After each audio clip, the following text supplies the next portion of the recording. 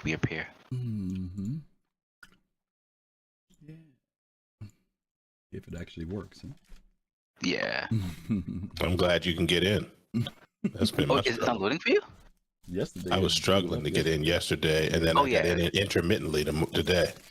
Yeah, they blew it up yesterday. Why is the audio? Yeah. Still can't sign in though. And that's a bug. Yeah, that's what I'm talking about. Yeah, I can see it. Oh, by the way, you're not streaming in Discord.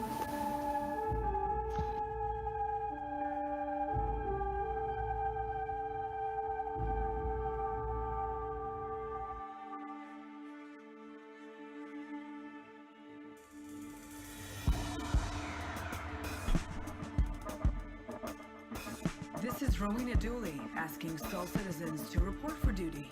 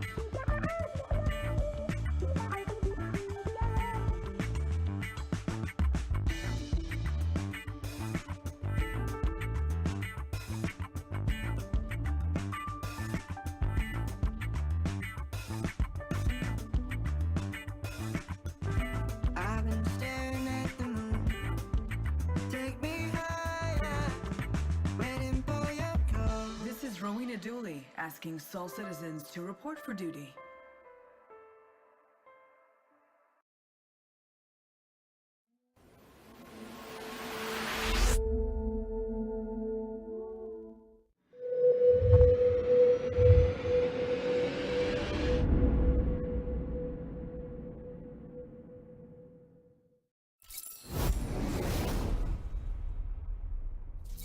You want me to tell you what my favorite thing about the community is?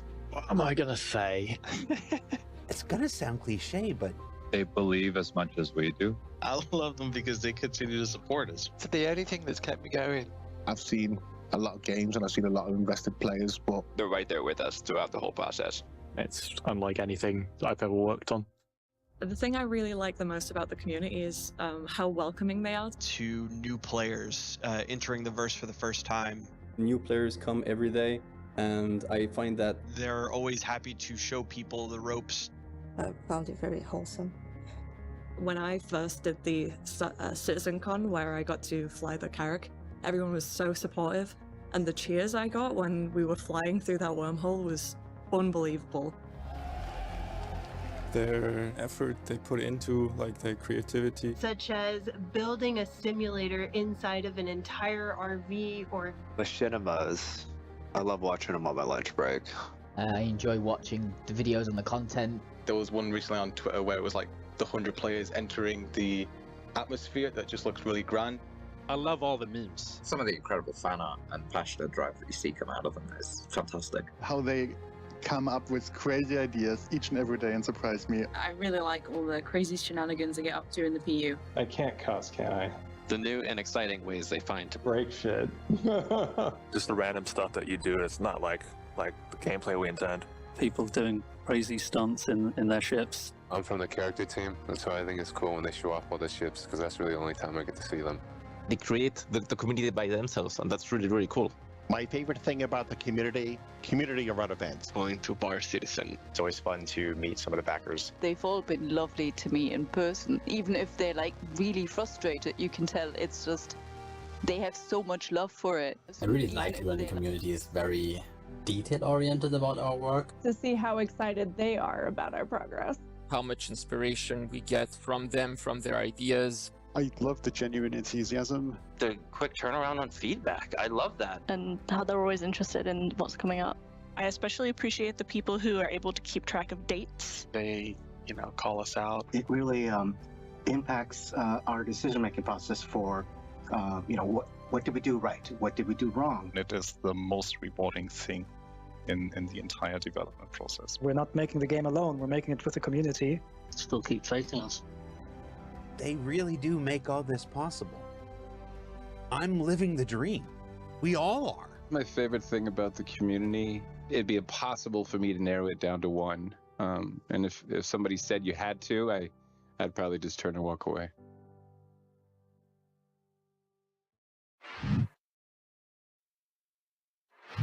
And good evening. Welcome everyone to the Soul Citizens. I'm GriffinGamingRPG, and we are back with our illustrious cast today to talk about CitizenCon 2952.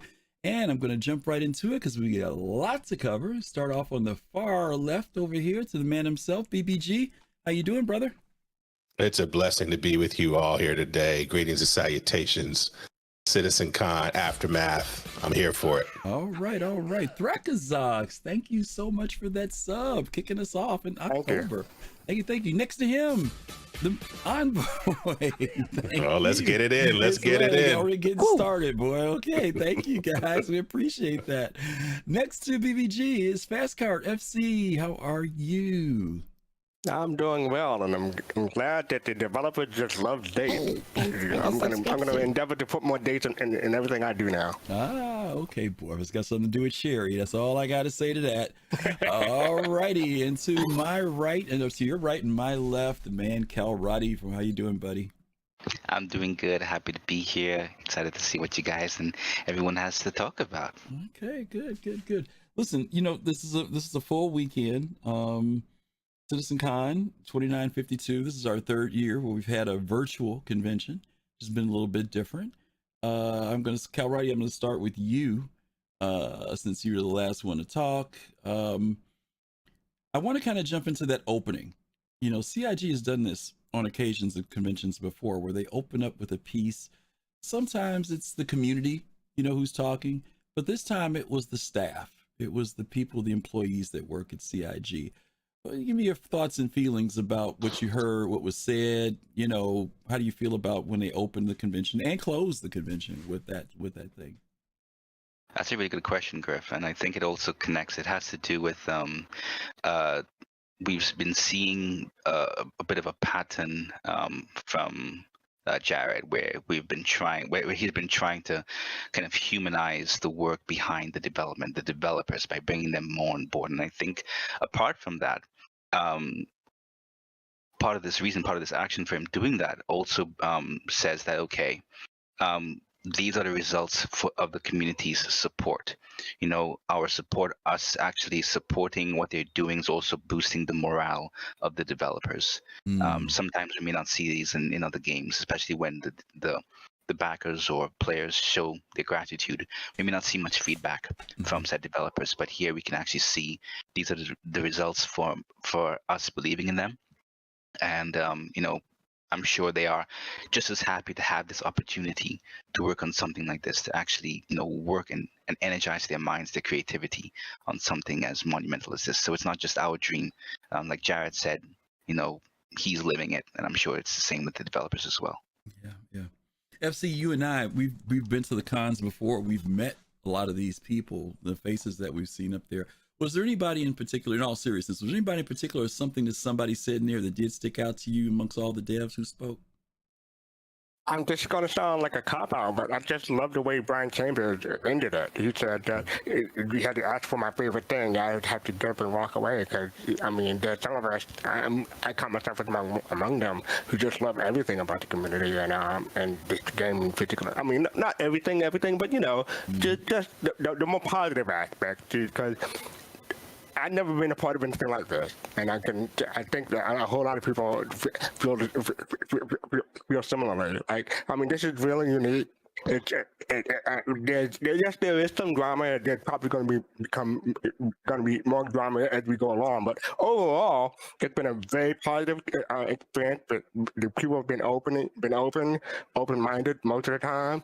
But yes, there have been some critical elements. But I think because that's from the passion of the game rather than antipathy or not caring about the game. So yes. Yeah. BBG.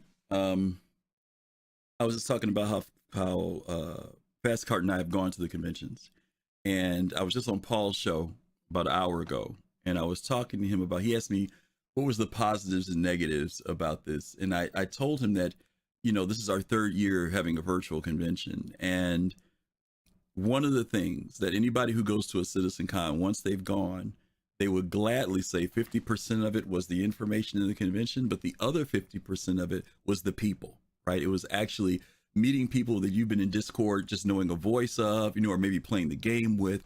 And not only that, I actually almost should break it in thirds, right? Fastcart, because it's the convention for information, but then there's that part where we actually get to meet the developers, where we go to the bar Citizen, that's true also. And we sit and talk with them and hang out for 5, 6, 7 hours with them, hearing directly from them, and not only hearing from them what they believe about the game, but there is that reality of these jokers aren't just here for a job. They really believe in what they're doing.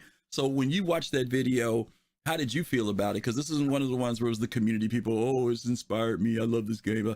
But these were the people who are, their heads are down working on this stuff. What were your feelings about it?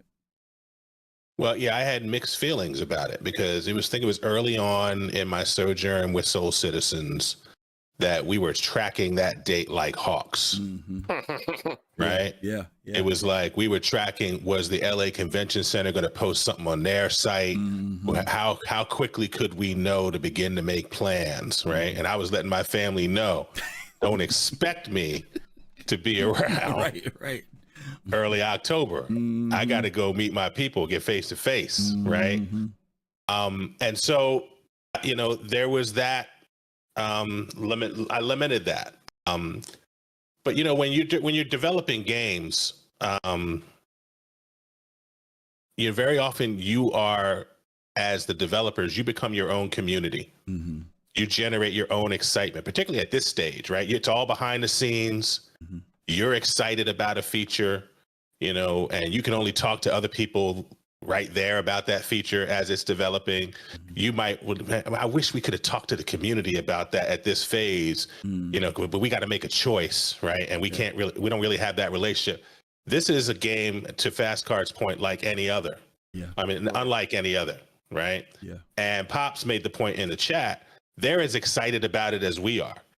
Right. And so I appreciated the video and I appreciated the intent.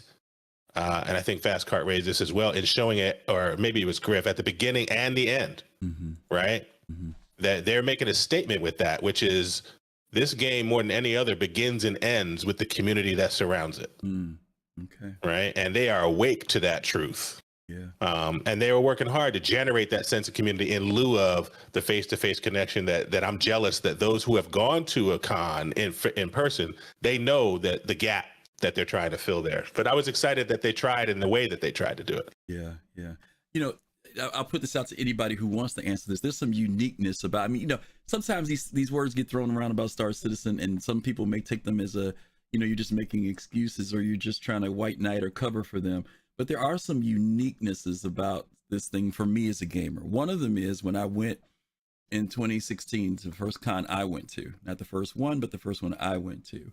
There were 800 people there that came from everywhere. They came from the US, they were from Germany, Australia.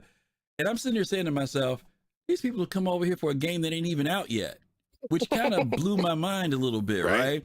So then I go to VerseCon the following year because it was over in, I think it was in Germany or something in 2017.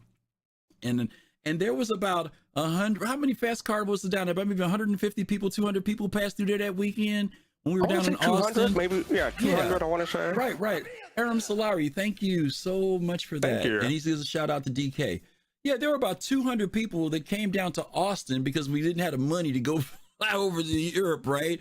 But we had a great time for that weekend. People spent money to come down to a place where the convention was not being held, right? Right. Then a year later, we go to Austin, and instead of 600 people being there, it was 1,800 people there. So what do you think is the momentum? What is it about this for a game that has not been officially released, that people have, you know, loved and hated, that's still in alpha state? What is it about this that keeps people, and it's a two-part question. What makes us keep coming back to these CitizenCons? Because there are some people, listen, some voices in the community say they should just stop having CitizenCon and work on the game. There are some people who have articulated that, you know, or that, you know, it's taking away too much from them doing the game.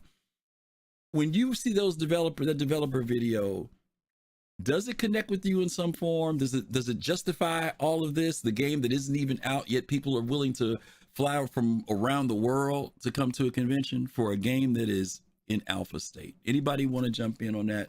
And then we'll jump into it. I'm just curious. I'll try to start because I don't think it's as much about maybe as much about the game as it is for the community. Because I think the CitizenCon and the VerseCon and those things, those are community events.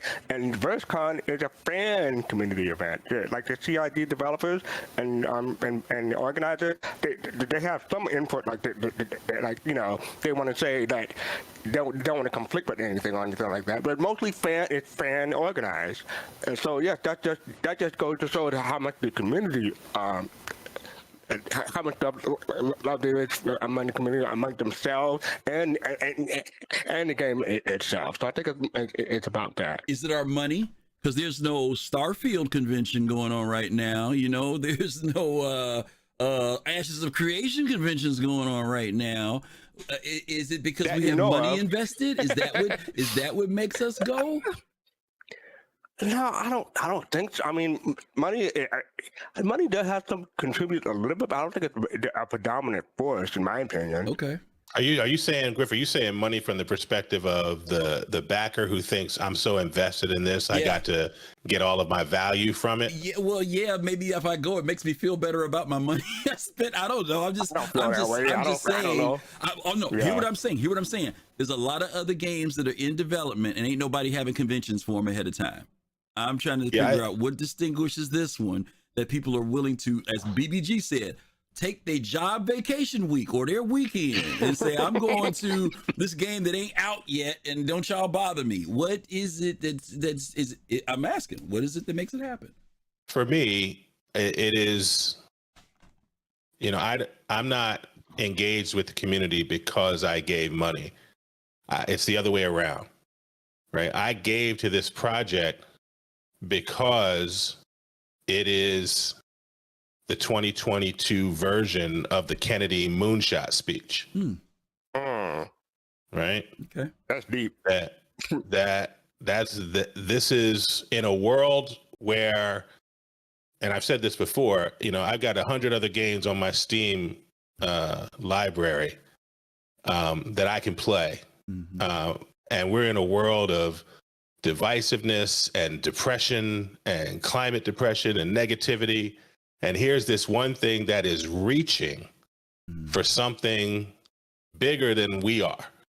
And so I'm there for that, right? I'm there because it has gone from something I would have been satisfied with, which was the new wing commander, essentially, in 2012, to what Tyler made clear on Linus Tech Tips Tech Longer. He made it clear. That was the first time I heard him say, this is a universe sim.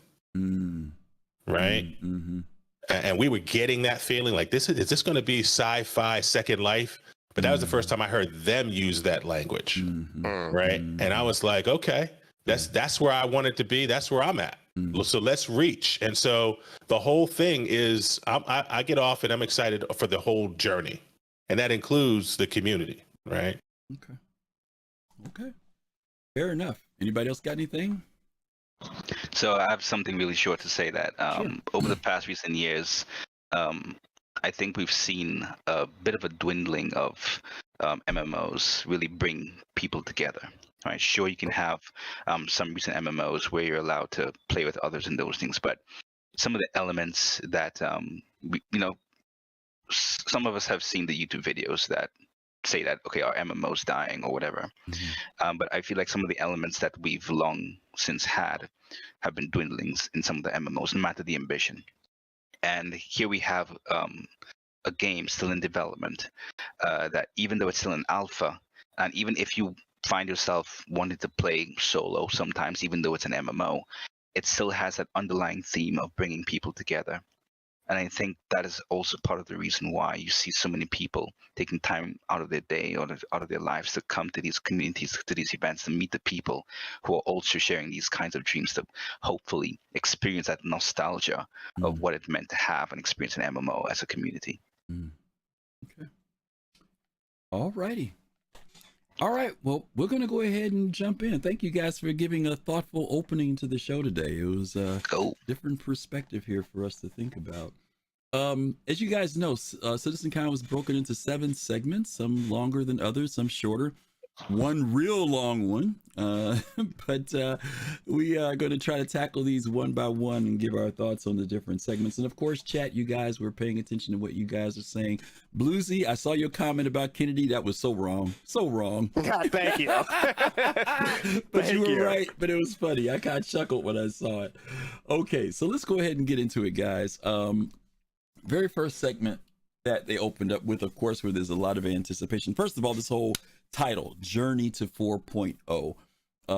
And, you know, some folks from Mad Style. Hey, what's up, Mad Style? Sup, Thank you. Good to see you, Mad Style. The 4.0, you know, some people even kind of felt like, I won't say who, but it's like, oh, it's the same stuff they said last year. You know, we're supposed to be on our way to 4.0. I don't know. Do you feel that was a little bit of a bait, or do you think it was like, yeah, we are imminently closer, or will we get to October of next year and say almost at 4.0? What do you guys think? I'll start with you, Fastcart. I mean, that they had a Lorville reductor, you know, something like that could be considered pyro reductor, but you could tell. Thank you for that description, though, Lefty. You could tell that how far they come since last year. So I appreciated the updated look. I didn't think of it, you know, a repeat per se. I think it was just an update, and I liked it. Okay, yeah. All right, that's fair enough. Fair enough. Noodle Mang, thank you so much for that follow, and Lefty to you, thank you also for that sub. We appreciate it. Thank you much for the subscription. Thank you. That was Mad Style and Lefty. Thank you. Kalrati, what about you? Any thoughts on will we be are we closer to 4.0, or is this 4.0 and we'll see what happens next year 4.0 in October? That's a good question. I think, well, first of all, I was personally glad to see them solidify that that they're getting closer to that journey. The thing is with 4.0, and maybe it's something that they didn't really anticipate at first, was that it's taking a lot longer to get there, you know? So I think that realization, along with the fact that, okay, the goal still remains to get us 4.0 with server meshing, I think they kind of built on that challenge and changed it to an opportunity to have a 4.0 centric CitizenCon. So who knows what we'll see next year, but it was nice to still see that they're focusing on it and they're continuously developing it. And yeah, I mean, for example, in the very beginning, well, not very beginning, but I remember they said that the first version of 4.0, who knows, this may remain the same, but the first version of 4.0 will not have Ruin Station. Here we saw something that may be Ruin Station, so you never know. Right. That when we do get 4.0, technically speaking, we'll be getting a lot more. All right. So overall, I was glad to see that they're continuing to solidify the content in 4.0. And yeah. Okay. BBG, let me ask you a question. We've talked about this thing about going to what happens for us to go to Pyro. What needs to happen, right? What are some things that need to happen?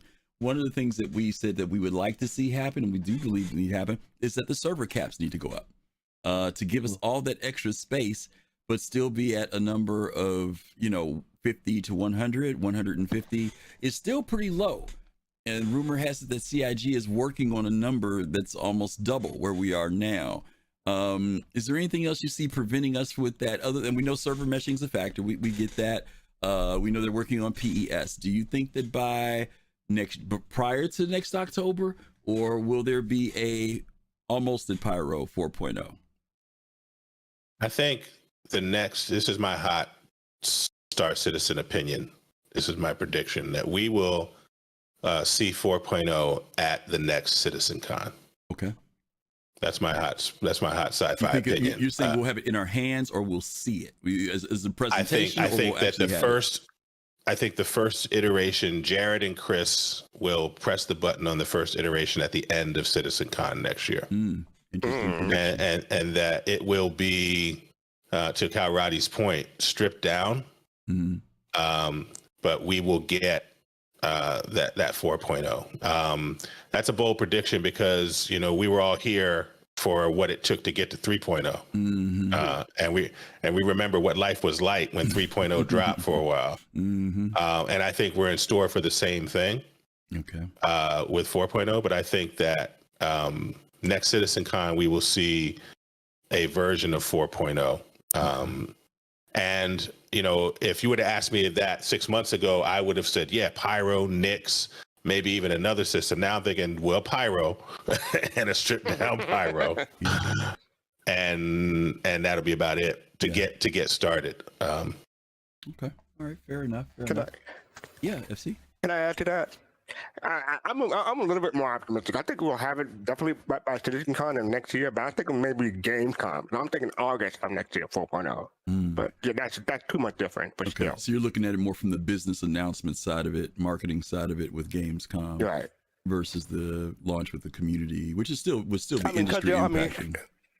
Yeah, like they have it for Gamescom for 4.0, and then at CitizenCon it'll be more of a look ahead again. So that's my prediction, but we'll see. Okay, yeah, we'll see. Okay, interesting. Yeah, that bump of Gamescom fastcart, I think, is the right sensibility. My guess is that they will begin the marketing for Squadron 42 at Gamescom. Fair enough. Yeah, maybe that. Yeah, that's interesting. And they'll tell people that's a year out. Yeah, but it'll begin the marketing. Yeah. Okay. Let me bounce this off you. We were just starting to look at the visuals here for the first segment on Pyro. We saw Pyro 1 there on Pyro 2. Let me just real quick, just a round robin on these. Anything that stood out about these to you? Were they disappointing? Were they met your expectations? Any surprises here in relation to any of what you saw visually that was being presented? Kalrati, BBG, I'll go to you first this time. Anything that stuck out to you? Yeah, as disappointed as I was in the way in which we moved through the space, I did not want a developer who didn't really want to fly a ship to move us through the space, but they told us this is how it was going to happen. So I was blown away by the skybox, the biomes, the plants and vegetation. I'm an explorer. Jade and I were talking about this yesterday. I'm looking forward to seeing what's out there. So this was compelling. Pyro 3 Moss looks amazing, even compared to the first time we saw it in that 400i sort of reveal of Pyro before. It looks much more detailed. The Pyro 4 rock crater mountain formations look compelling. They look huge, huge rock formations. Like, the developer tried to show us that, and then he put the character on the ground so we can ran by, so you could really understand how big they were. The original vision for the system felt more chaotic. I didn't imagine the system supporting water and lakes and ponds. Yeah. Yet I can imagine that Pyro is now the emergent test bed for new ideas for future planetary builds, and this feels essential to me. Okay. And I'm looking forward to Pyro 5, the gas giant. Okay. Now that we've got Crusader gas giant tech in, I know that's next. But this was the stuff that we saw looked amazing, and we're jaded because we get such great planetary tech. There are videos out comparing other games, and nothing compares to Star Citizen. Bottom line, right? Yeah. And so we get a little jaded because you land and you run to do the mission, and you don't stop to look what's underneath your feet and how amazing it is. But this was incredible. Yeah. Okay. Kalrati, anything stand out for you from the Pyro segment? Just the fact that they're just continuing to push the envelope. I remember when the Planet Content team, or I can't remember if it was in the monthly report or on SCL, said that they had since moved on to Nyx. But even with Pyro, it seems as whatever may be creating some kind of time requirement or delay for us to get 4.0 if it's server meshing only. It looks as though they're continuing to develop Pyro. So hypothetically speaking, if we got 4.0 earlier, we may have gotten iterations for this planet in a 4.1. So what I think may be the case is that they're continuing to polish it to get it up to a standard where it's just continuing to push the bar, so that when they move next in other star systems, it's gonna look even better. And then lastly, look at that. I'm sorry. You're right. It was mind blowing. I think one of another YouTuber, he posted a video, said that this has taken the crown, or it has taken back the crown when it comes to the planetary generation, and it's a testimony, right, to what we're seeing here. Yeah. FC, how about you? Yeah, I was taking notes during the presentation. I'm not gonna go over everything that I wrote. I'll just go over the 2 planets. Pyro 4 to talk about the Scottish Highland and how the biome blending. I thought the biome blending looked great. The fog. They tried to talk about the fog and that crater that they pulled away from. I didn't realize that they had to put crater until they pulled away from it and zoom back in. Yeah. But the thing I like most of were those I call it Stonehenge because those massive stones. The massive stone things. I really like that. And you can know they're gonna make a racetrack out of that to try to fly in and around and through them and stuff like that. Yeah. One more thing. Pyro 6. I think the water on Pyro 6 looks great. Some of the other water look like kind of mercury to me on some of the other planets, but I think the water on Pyro 6 looked great, and that skybox, which was already mentioned. Yeah. It's going to be interesting to see. You mentioned about some of the other areas look like maybe like mercury or the way they looked. I'm curious to see whether or not all liquid bodies will be water later, whether they will always be H2O. So it could be ammonia or something like that. Right, exactly. Just something else. I'll be really curious to see whether or not CIG implements something along those lines. For me, fastcart, you hit it on the head. The skybox was beautiful. That nighttime shot that they showed was just simply amazing, and I was like, "Oh God, I can't wait to see that." Many of you all know that, and BBG, you alluded to this, that the system seemed more chaotic previously. Pyro 3 originally was supposed to be a lava planet. Hats off to Colossal for his Empire Star Wars wanting a Mustafar, but they ended up changing it into a much more habitable place because they said lava would still come later in the game. I was impressed with this. We saw vegetation. I know there's a level of procedural generation, but I can't help but feel that there's also a lot of handcrafting going on in these areas. And Fastcart, you talked about the fact that where those big circular stone rings were, that there could possibly be racing, or the ones that were platformed out, like the big T's, those were also other ones. Let me throw this question out to you guys, because I hear people say this. I just heard someone say this about Star Citizen. And the statement is, yeah, the stuff is all nice and pretty, but show us gameplay. There's nothing to do. Now, I wrestle with that a little bit, and my question to you is, what needs to come into Star Citizen to make all this beauty meaningful in a gameplay perspective? Now, I'm not talking about, oh, there's stuff in my Moby Glass, but I'm saying what the CIG do, because I'll tell you what I wrestle with. I wrestle with the fact that the game is supposed to be a sandbox, and it's supposed to be a place where we, the players, in some way or other, also help create what goes on in it. I'm not saying 100% of it has to be player driven, but I am saying we should be able to come to the sandbox and use some imagination and come up with some stuff. Kalrati, remember the time we went out to the base and locked it down and did some stuff? Yeah, I mean, that was nothing to do with CIG. They gave us the tools and we went out and had hours of fun doing stuff. And my question is, what needs to happen so that there is quote unquote gameplay? Is it economics? Is it the AI? Is it getting off your ship and there's a creature that's going to bite you in the butt if you're not paying attention? What needs to happen in the game that will make players feel like, okay, I feel like now there's a game here? Or do you feel there's a game here already? Okay. So let me go to Kalrati first on this one. yeah, sure. So I think when it comes to that, because I've also been, thinking about what whomever may have said that, multiple people sometimes, what they mean, because I'm sure they know, especially those who may have been here for a long time, they know, like you said, it's a sandbox, and that we make our own imagination, or we use our own imagination to make our own fun. But I think with regards to what they want is things like, okay, greater density per content, be it animals, maybe points of interest, and those things. So I think that's, while some may be totally satisfied with very open space, one thing that I was very, very happy to see, and I'm sure we're going to touch on it later on, is a larger base, a larger bunker. Because the thing is, what you realize even now is that you have a bunker or you have an outpost, and when you look around you, there's almost nothing else, right? So maybe, damn, thank you, Captain Jones. Captain Jones, thank you so much. Thank you. You all give some love to Captain Jones for those 10 subs. Yes. Oh man, thank you, Captain. Appreciate Jones. Incredible. All right, you go ahead, Kelly. So yeah, that's about it.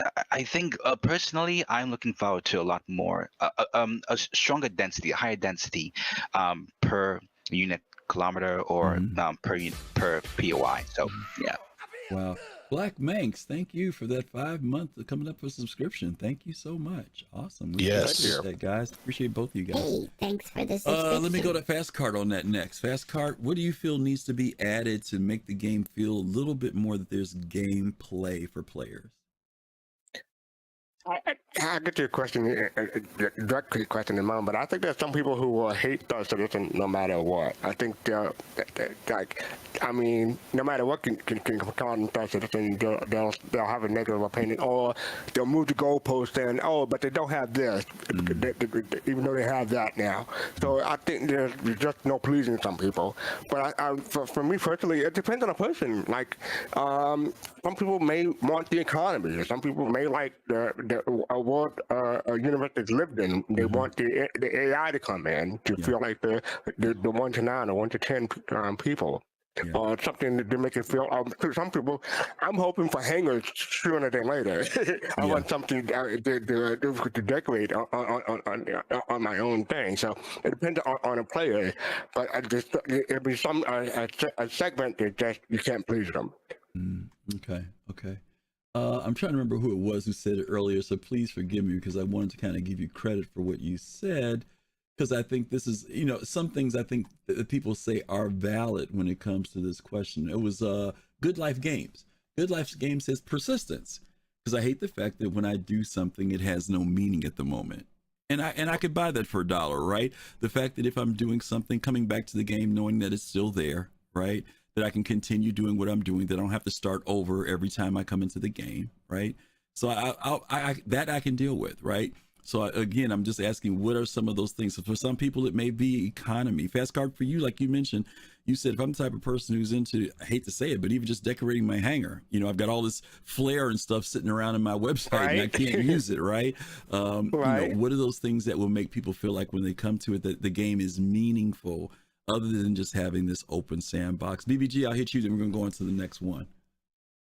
Yeah, I mean, when it comes to making planets like we saw in Pyro have gameplay value, there's a whole list of things, and you've mentioned a lot of them, right? Mechanics. Yeah, we need more exploration mechanics. You came back to persistence. Exploration rep, right? For the finding of certain things, bringing certain things back. Jade was funny yesterday. She said, if the exploration community were as rambunctious and boisterous and loud as the PvP community, we'd have some exploration mechanics, but we're more relaxed, right? We're more relaxed, but definitely some of that. Economics matters, right? What has value out there in terms of rarity and what you can find and how it comes back. We have some of those systems. Fauna will matter, right? Particularly as it's integrated with AI, random encounters, NPCs. Yeah. You know, I'd love to have, for those of you who saw Raiders of the Lost Ark, you remember that Belloc was Indiana Jones' competitor, you know, and I'd love to have not only gamers, other players, but other NPCs competing with me to find certain things out in the space, right? Mission variation, which we've talked about and we will talk about later today. And then to your point, Griff, emergent gameplay also matters. And that demands a different form and level of development from a developer to lay out a set of tools and give the opportunity for people to play Dungeon Master with a group of other players, right? That's a different level of development, and we're getting some of that here. But right now in testable alpha, go see the planets you can see, right? Go see all the planets you can see. Do all that's available. The people that go, there's nothing. The people that go, there's nothing to do. When you really drill down, they haven't done all the mission types. They have not done all the mission types. What they've done is all the mission types they already like, right? And there's nothing wrong with that. But if you were to do everything that's available, that's kind of a rich set of experiences, right? Right now in a testable alpha, right? So, you know, for me, you know, people call this a screenshot simulator. Part of the reason is because you can just go somewhere and feel awe, right? And sometimes for me, that's gameplay, right? That's gameplay. So, you know, different strokes for different folks. But what's strong about this CitizenCon is some of the things I just mentioned, we've either seen that they're on the horizon, or that there's a plan, or that there's a white box or something. We've seen some of this stuff progress. So. All right, and we're going to talk about some of that when we get down a little bit further in the power play section, because my question is going to come back again about, do you think that those things in power play now do give some people some tools to do some other things? So let's go ahead and go to design brief. I know we're looking at some beautiful stuff here. The reflections off that the lighting was just amazing. So I loved all that great stuff there. Let's go to the second segment, which was the design brief. This was supposed to explore pitching the process for new mission archetypes that leave combat and delivery behind for mindful deduction and increased storytelling. If you guys remember this one, this is the one with Luke Presley and Elliot Malby, and they were talking about how they are creating these new missions now that, if for those of you who've done the private investigator mission that was at Kovalex, they're looking to expand on that type of idea. If you've ever done that mission before, you know, you can get to a certain point where you think you've done everything in the mission and turn it in, only to find out that there actually was more to it than that. They want to be able to create missions that are like that as well, that go much deeper, that allow you to determine how far you want to go with the mission, how much of it you want to do. Do you want to exhaustively go with it, or just do it to a certain point? So this was an interesting thing. They really have this thing about moving away from what we've been used to, combat and delivery, right, into stuff that's actually challenging you to be intuitive and to be investigative and be a detective with figure out. Maybe it's the way you have to climb up through a derelict ship, which they started introducing already, right, or figuring out something that's in a certain location. They want us to do some detective work. Anybody got any thoughts or feelings on this particular one, design brief? This was a short one. It was only like 10 minutes long, 10, 12 minutes long. So as soon as I heard this, I thought, goodbye, God markers. Hello, Bounty Hunter V2 or V3. You never know. Because when they talked about the investigation missions, my mind kind of raced toward, okay, maybe sometime they may allow us to need, if we're needed to find some particular NPC that needs to be tracked down, right? He has a huge bounty on his head, and we're in Pyro, where there aren't that many comrades to fully detect him all the time, or her all the time. Then you may need to investigate and find clues, be creative, read, look at signs, the cues, do all those things to get closer and closer to finding more information about that bounty. Maybe the bounty you'd see some kind of wreck or some kind of notes about how they may be using a particular ship, right? Like a Cutlass steel. So you'll have to probably look at Cutlass steels all the time if you're looking for a bounty. Or you may have to scan around a particular area, so you'll have to stay there or go from point A to point B and scan certain ships because it is known from finding the clues that this bounty may be doing this. So that's what I was thinking. Being able to apply these to other mission archetypes as well, to other missions, as this is an archetype in its own right. So I got very excited to see what they can use this for other existing missions and building on those missions and also making them dynamic. So yeah. Let me go to fastcart and BBG on this, and I'm still tying this question into this thing about the design brief and having different types of missions to do. Do you think that they'll implement some missions that will require you to take a certain type of ship? Because I'm noticing that there was some stuff here and here. One of them, they were taking off in the raft. Will they come up with some things that maybe, part of me finishing this mission is I've got to move these cargo containers somewhere. You think that they'll start going down that path where, even the ships that you own, or maybe you have to rent or get a friend in order to complete some type of missions? Go ahead, BBG. Go ahead, fastcart. Oh, okay. I could, Griff, I could see that, right? I could see, particularly if it's on that list of rentable ships, right? Because then it becomes something else, right? Or another opportunity. But, you could see a mission where it's like, hey, this particular faction of Nine Tails, we need you to infiltrate their base. But in order to even approach the base, they all fly Avenger Stalkers or whatever it is, right? They all fly Cuddy Blacks. And so for you to even approach the base, the first step in this mission is you've got to get you got to come right. And so for those types of missions, I think that, it's going to be important for them to be able for people to be able to abandon those because they're not ready without any harm to rep. Right. Yeah. So I think that's a shift that might have to take place, because if you click on that mission and all of a sudden you figure out, oh, I have to do these things that I'm not ready to do, or I don't have the money to do, or I'm not in a group yet, or I'm not on with friends, and I have to abandon this mission, it shouldn't harm you. They should just go, all right, we recognize you're not ready for that one yet. Right. Yeah. And so, yeah, I definitely think, what do you think, Fastcart? I don't know if they'll do it in alpha, maybe beta, but definitely in launch when you should have friends, or maybe you have a bigger access to ships rather than our current state. Because some people may have and just their war and not be unable to complete some of the other missions. So let's go back to what Ryukin says, because he says that for the Twitch Pacheco meeting, she actually gives you access to using a cutlass to do part of that mission.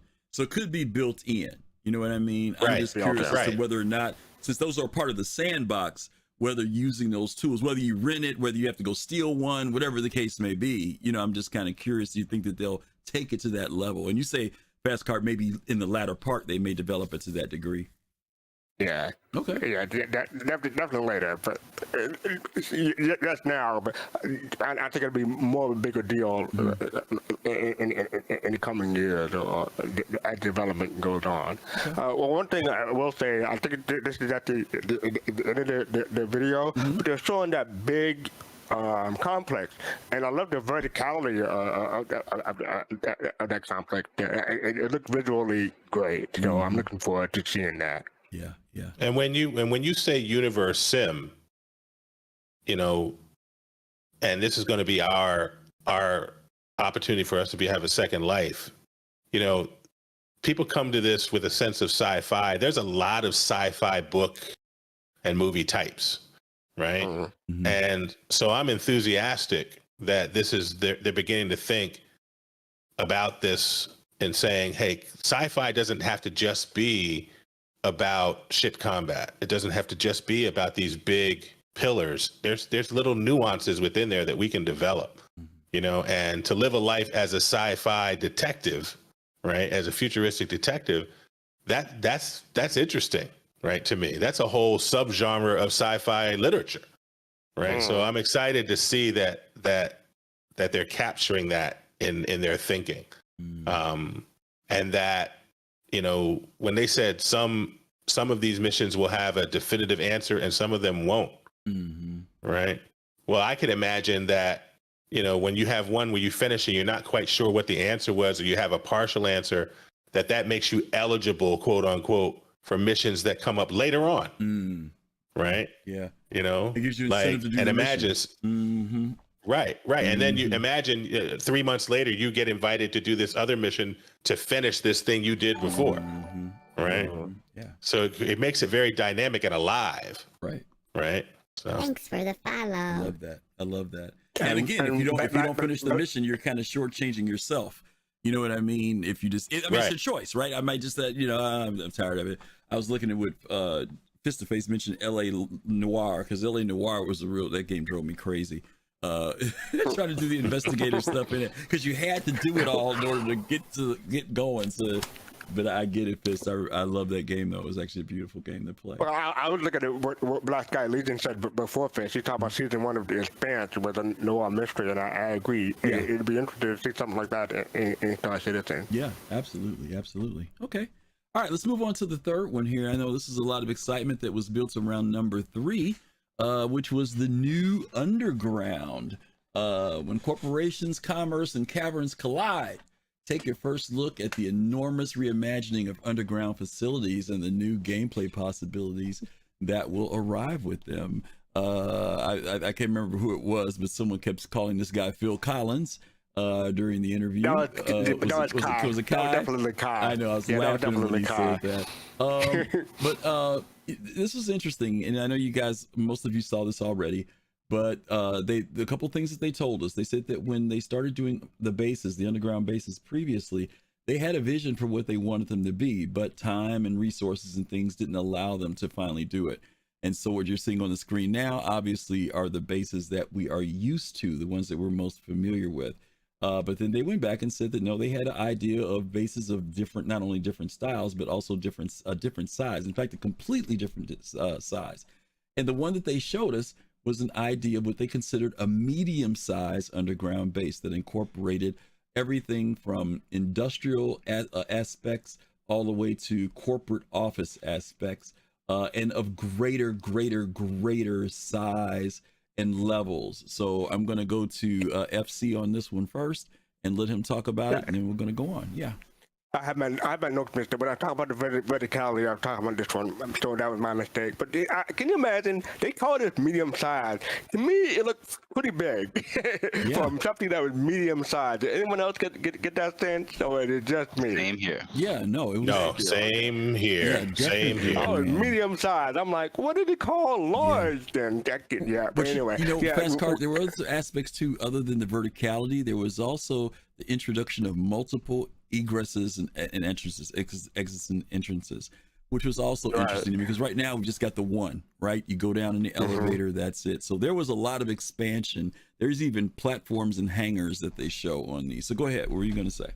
And that harkens back, Griff, real quick. That harkens back to the Pyro, when we got introduced to Pyro and they talked about alternative ways in and out. Right. Exactly. So go ahead, FC. Yeah, so that medium size took me for a loop, but I thought it looked like a new hangar. I wouldn't mind like a hangar or a personalized hangar looking something like that, but it looked very big. And they're talking about logistics for making something like that work, and in that underground bunker, or not bunker, but facility. Put it that way. And this is the one that I talk about, verticality, making everything bigger than what it is, rather than having everything flat. And which is what you see in most games, but they're trying to, go up and down. Think three-dimensionally, and Star Trek 2, basically. Okay. BBG? Yeah, I was ignorant to the fact that they had done the previous underground bunkers almost under duress. Like they had to get them done. So they were done, they were in game, and that there was a sense of dissatisfaction with those. And wow, what they really want to do is no joke whatsoever, right? This was one of my favorite segments of CitizenCon yesterday, when he used the language of, hey, we want to have more visual indicators as to what's going on as you even approach the settlement. Yeah. Right. That had me thinking, well, we might be able to see that the settlement is inhabited, uninhabited, what it produces, the type of smoke that comes out. Does that mean something? There's all kinds of stuff that can happen with visual indicators that are gameplay associated as you approach. I love that. You talked about the entryways and discovering other ways to come in. There was one, I couldn't tell, there was this has, Kai talked about this yesterday. Kaizen talked about this yesterday, but other people across the internet have talked about this as well, where people felt a certain way about this segment because they were seeing a lot of talk and a lot of conceptual art. And then they showed the white boxing of certain things in the segment, like that industrial elevator. And all of a sudden people go, oh, this is further along than I thought, or further along than we might have anticipated. And that gets people's appetite up, because then you start feeling, well, this is not that far then from me actually being able to experience it, test it out, and give my own feedback in game. There was one thing I couldn't tell whether it was, we might see it here on this on the shots, where it was concept art or something else, where it talked about a maximum weight for the elevator or for the transport or something like that. And that had me thinking, well, what happens if you exceed that? Bad thing. Will we get a crash and break animation? Will the elevator fall to your death? I'm looking forward to all kinds of fun stuff like this. I love this. I'm really excited about it. This idea that it could be integrated into cave networks had my mind just racing. So I love the whole thing. BBG, I got one for you. It'll turn into the final form of the boss monster, the elevator boss. That's right. Everybody. All right, Kalrati, any thoughts about this? The new underground. Yeah. So as soon as this video ended yesterday, I kept thinking, and my mind raced to the cargo refactor, and many debates I've had with many different people about what the new outposts or what outposts can look like to help support more players landing, managing their cargo. We've heard ideas from developers talking about putting underground hangars, and I thought, this kind of concept may not necessarily only need to be applied for bunkers or other POIs. It could also be applied to larger outposts for trading and buying and selling your cargo. So think of a larger Arco mining station or something completely different, right? You can keep the smaller outposts, but when it comes to being in a safer space, similar to what they're doing with persistent hangars at landing zones, at space stations, you can have a larger outpost to deal and manage your cargo. So you're landing there, you're doing commerce. It doesn't have to be at any landing zone like Lorville or City. It can be at places like here. So yeah. Okay. For me, scale was definitely impressive. Just the fact that again, this is one of the frustrating things about CIG. Every time you think you finally start to figure them out, they freaking come up with something that's like the next level, which is great, right? Because it's okay to be great. There's a great line. One of the musicians that worked with Michael Jackson said that, they would come up with something and play it, and Mike would always compliment them and say, man, that is amazing. That is awesome. But I want you to push it even further, right? Because it's very easy to find something that's really cool based upon our preconceived notions or our experiences, but it takes something to push beyond what's comfortable and creating something that's much more ambitious, and you have to put work behind that. These scenes here, fastcart, that you're talking about, both above ground and below ground, they talked about these elevators that could go up and down to bring down vehicles. They talked about some of the vehicle lanes being large enough for large vehicles to go through, and some that are only pedestrian sized, right? They said that they break rooms, all types of stuff, corporate offices. I mean, I would have thought this was an industrial facility. You know what I mean? Some type of production processing plant, and that's it. But they're creating, man, I mean, just not to be funny, but just this one place looks like some place the amount of time you could spend clearing that thing out or trying to find something or getting in and getting back out. Oh my God, if they have these scattered all throughout the place, it just looks like a really great place. You think people get lost in a stuff era? We could get into something like this, something right? like this, right? Yeah, I mean, it's pretty amazing. I was impressed And I can't wait to see this. I really can't. The bunkers are nice that we have now, and I guess we should have known it, right, Kalrati? Just like when we first got the R&R stations, right? Yeah. You know, we thought those were so cool, and now they come up with these other stations. Not to mention the one they showed us yesterday, which is a whole nother thing. But yeah, very cool stuff with the new underground. All right, and the design language is all Hurston-y, don't we think? Oh yeah, I see that. So seeing how this expresses itself in a microtext sense, like where maybe it's about underground servers. Yeah, everybody has a different theme. Yeah. Or our Area 18, and it's about corporate offices. I don't know what it would be about. No, you're right, because you've got all the manufacturers like Riari, right? You've got Shubin. They all could have their own design languages. You make a great point on that. Go ahead, BBG. I didn't mean to cut you off. Go ahead. No, that was it. I just wanted to take note of that this looks very Hurston-y. And so I'm looking forward to its expression, not just in Stanton, but across the verse. Yeah. I would love to see a microtech one like that. Yeah. Exactly. Yeah. Exactly. You know what? We got a little bit of that taste when they did it at CitizenCon in 2019. Remember that fast cart when they went to where the guy had to do the little espionage mission? Remember? Oh. Yeah, and then he came out and it was snowing. He had to put on and he had to wipe and everything. But remember they had all the computer systems and he had to sneak around through the data center and stuff. So you're right. It would be kind of cool. But like you said, on a larger scale, right? Okay. All right, let's go to the one that got a lot of people worked up. Boy. This fourth one, I tell you. What were they upset about, Griff? I didn't say they were upset. I said they got worked up. The need for multiple speeds. We all know how speeds impact combat, but now learn how master modes, initially developed for Squadron 42, will impact the flight experience for the persistent universe and better define ship roles for all vehicles in Star Citizen. Alrighty. I think I go to BBG on who did I went to last? Who started out the last one? It was fastcart last time. BBG, any thoughts about this one, about the multiple speeds? We already had gotten that little bomb a few days earlier when they talked about they were adjusting the vehicles and people were like, they're adjusting the vehicles, right? And now they're telling them, oh, your shields are going to go down. Our shields are going to go down. So any thoughts about this? And I'm going to read a post to you guys in a little bit that came out. I'm going to say two quick things.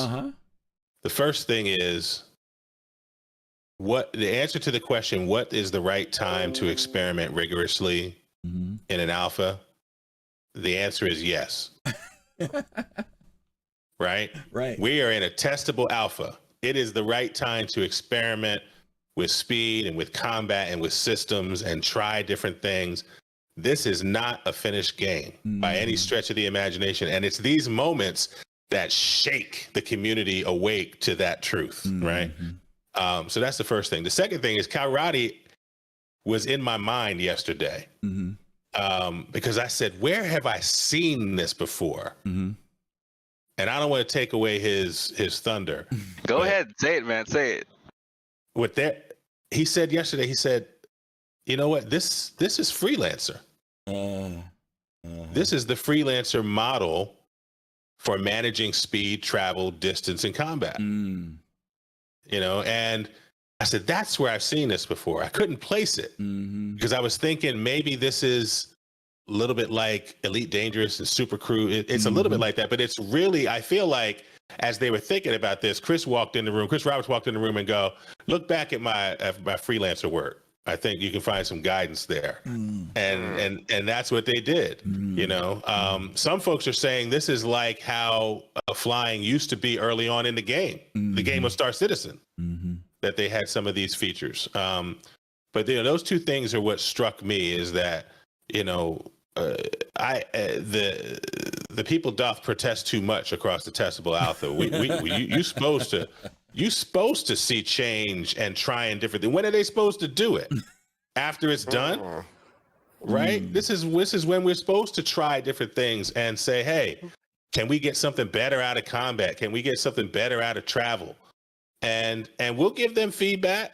You know, rest assured. If it's But this is called Star Citizen Alpha. Alpha doesn't mean the state of the development. It's just part of the name. That's why. Yeah. People act like they don't know. at every turn you got to click agree, and they act like they don't know. Fair enough. Fair enough. Yeah, but that's my take on it. Is let's test it. Let's see. I'm glad to hear that they've got some internal testing to try and make it make sense. They explain themselves well, and to Kalrati's point, we've seen some of this before, and there are problems to solve. Right. Because jousting is real. Right. And annoying. Right. And not what we really want to do. So I'm glad they're trying it. Okay. Good. Kalrati, got any more thunder for us? Oh man, so I did a few experiments right after this, and it was some really rough experiments. But what I did is I went into Arena Commander with my lovely Aurora MR, and I played Pirate Storm, and I put a bit of a twist to it. So based on what they said, I set my speed cap to 150 meters per second, and every single time that I needed to boost, I would always deactivate the speed limiter and also deactivate the shield, so there'll be some kind of delay to its reduction. And honestly, I was able to get, to wave 10. Yes, it felt really pulled back, but it honestly was a lot of fun. It was a lot of fun feeling that, okay, I had to rely more on strafe, more on maneuverabilities, more on my environment. I had to go more around asteroids to try and escape certain attacks. I also PvP with some people, and we set our speed limiter to around 250 meters per second, 300 meters per second, and we saw ourselves jousting less. There was still some jousting because we kind of wanted to get behind each other, but there was still less jousting. And we actually played in we used Aurora MRs, we used different chips as well, and it was loads of fun. And you can definitely see where they're coming from when it comes to really needing to think more before you get into a situation, right? So yeah, I would encourage anybody, if you want to do a mission, even if you're some kind of trader or miner and you want to put yourself into some danger, set your speed cap or set your speed limiter and see how it is for you, especially when it comes to PvEing. Yeah. fastcart, some of the people who seem to be concerned about this are people who maybe aren't so great at combat, right? The mining people, the cargo people, it makes them feel a little bit vulnerable. Do you think that they've got something to worry about? Do you think that don't worry about it, CIG will iron it out? These, remember hover mode, I mean, I was gonna, you took my words. I mean, yeah, what are your feelings toward, those people who might have some concerns? I would say to those people, this is just a test. I wouldn't say this is finalized in any shape or form. It may be rough for a while. You may get used to it. You may come to like it for but this one thing that's constant in development is change. So this is not the final form of this thing. Because I was going to point to hover mode, for instance. That lasted one patch. Yeah, pretty and much. They took it out. So who knows how long this will last. I'm not saying they're going to go back to what they had, but I mean, they will iterate on it at least. But one thing I do want to point out is that CIG, why do you have to call it master mode of all things? Because, you could have told a better term. That's what I'm going to say. Yeah, you making African Americans in the room feel funny, CIG, okay? So we just want you to work on that, all right? Oh, I'm not the only one. I thought I'd be the only one. Okay, all right. Okay, so, all right. So I know, look at Kalrati. Okay, so I'm gonna put a link in chat for you guys. I want you to take a look at this when you get time. This was posted on yesterday. Was it yesterday? Yeah. Man, they posted this bad fella right at 11:42 a.m. As soon as that was hot. It was hot off the presses. All right. Let me read this to you guys. It says, "WTF, CIG? Why are you disabling shields at higher speeds? This is just awful. Large ships are at a massive disadvantage." So this was written by Yogi at CIG. Yogi responded, and hopefully this will alleviate some concerns. Yogi said, "We didn't really have time to cover all the aspects of the changes. Here are some of the details on the shield interaction. When you swap SCM to QCM, your shields are not instantly blinked away. I'm not sure if that was visible in the video, but they collapse fluently while the quantum drive spools up. So in other words, when the quantum drive's going up, the shields go down, okay? So if the mode swap is achieved 50%, your shields will be down 50%. However, The shield health you had before is not completely lost, but dumped into a reserve pool, the maximum amount being a property of the equipped shield generator, where it remains while you are in quantum, QCM.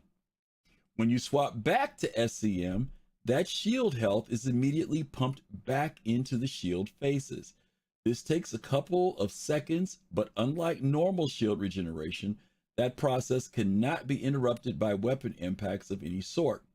So ships get a part of their defensive capabilities back after some seconds. Hope that clears things up. Can I drop the link in for you guys for that? So take a look at it when you get time.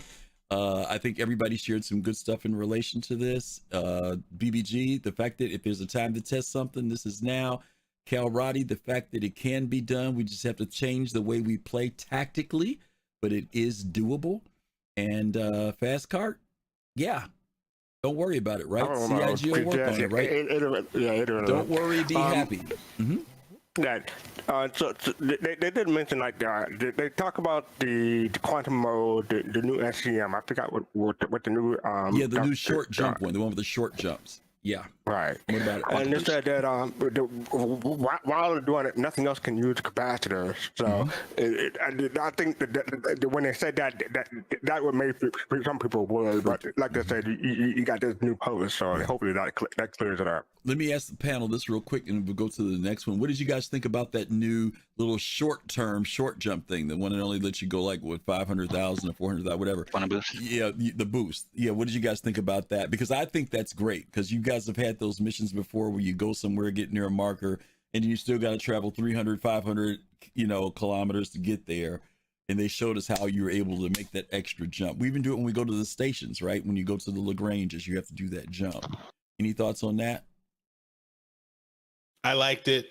I think this thing here that's on the screen now with the color coding means that for those short jumps, you're also going to have to keep it within the circle, I believe. And so it makes gameplay out of these moments, right? Yeah. For long quantum, right? And they said that's not there for long quantum. So you can still go to the bathroom while you're waiting to get over to microtech, right? Yeah. But for these short quantums, there's some gameplay now within it. Yeah. So I like that. Yeah, that is good. You're right. Okay. And can I just say that the chat seemed to like it too, so it seemed to be a thumbs up all the way around. Yeah. Oh, just to add really quickly, to touch on BBG's and Jade's desire for exploration. This, getting this back could mean that, we'll have more freedom when it comes to exploring. When we send out a ping, we see someone point POI somewhere, we could actually just jump there, even though it doesn't have a quantum beacon. We can find whatever may be there. Good stuff. Good point. Yep. Good point. Oh, can I say I gotta give props to this guy for wearing the rainbow flag on his jacket. So yeah, that was cool. He's from Rainbow Land. Well, of course he would. I'm just kidding, fastcart. Somebody may not know what the rainbow flag is. What are you gonna say, BBG? I was just gonna say you made a point very early on about how people sometimes just don't feel confident in their flying. Right. And my hope is that CIG is also paying attention to that in terms of what their tutorials look like. Right. Because if you were in atmosphere alone, there are air combat maneuvers that if you learned 3 or 4 of them, Immelman's S turns, thatch weaving, there's all kinds of flight techniques that if you learn just 3 or 4 of them, you would have a couple of different methods of escape or challenge to other ships. And the tutorial that they ultimately come up with, I think ought to have some of that in there. Yeah. Just so that people feel like they can practice to getting a level of competence that leads to a level of confidence in some of these systems. So how are you guys feeling about the reduction of speed? SCM coming down to 300 meters per second, closing in the gap when you have to get into combat. How are you guys feeling about that? I know there are some people who hate the fact that anytime they talk about reducing the ships, people think it should go faster, but CIG has made it clear that jousting is not the way that they want us to fight. And also there are other reasons why they want us to come in tighter. I think someone said this earlier, maybe that was on the other show I was on, being able to disable systems. You can't do that from 7 kilometers out. You've got to be tight to be able to lock on to somebody's, whatever it is, shield, port, whatever it is, engine to take it out. So how are you guys feeling about that? I'll go to fastcart first. I just hope it doesn't affect travel time. But that might be Well, this is SCM now. We're talking about when we're in combat. That's SCM, yeah. It should be okay. It should be okay. Okay. BBG? Yeah, whether it is combat, disabling ships, flying more effectively in formation, all those things that we want to do,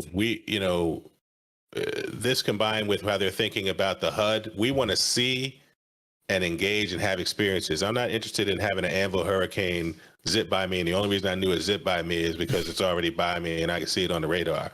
I want to see it, and it's not just because I'm 52 and old. It's because I want that to be part of the gameplay, right? And so I am interested in testing it. Right. Because if you've played this at all and done any bounty hunting at all, you've got a lot of experience with the jousting mechanic, right? Like we understand that mechanic. Yeah. So I'm interested in seeing what these changes do to change that dynamic and give them some feedback. So I'm excited to see it. Yeah. Kalrati, one of the things that they talked about was for turrets and for the larger ships, right? Those Idrises, instead of having to be way distanced out, it's forcing a closer encounter for those type of ships. And I know you've been really big on doing in your Aurora LN fighting an Idris, right? Okay, so these speeds, leveling off at 300, in some ways it does. They said it raises the risk factor up, right? Because there is an advantage when you can scoot away very quickly away from that Idris or that size 7 gun. But now it's slowing you down a little bit. So what are your feelings about it? So with regard to the same test that I did yesterday with my Aurora, and when I went up against that Hammerhead in Wave 10, I got shredded instantly. Okay? I got shredded instantly. I died. I went back again. I got shredded again instantly. So you can definitely see when it comes to the cap, you definitely have to make a much better choice whether you really want to get into these kinds of situations. You got to bring the right tool for the right job, maybe. Huh? Oh yeah, I was able to go up against the Connie. Okay, but that was just an NPC Connie, and it was on its own. But not for the Hammerhead. No way, no way. You know what? I feel good. I feel good about that. Get underneath it, yeah. Yeah, I mean, it is good because it does raise the challenge level, right? And it makes you reassess and say, the reality is my odds in this ship are not as good versus this ship, or these components that I need to add in order to be able to compensate for the speed difference. So I think there's a lot of things that's going to challenge us as players to think about our configurations, what ship we take, whether it's a multi-crew, whether it's a solo act, that's all going to become a factor in our decision making. Oh, okay. Very, very cool.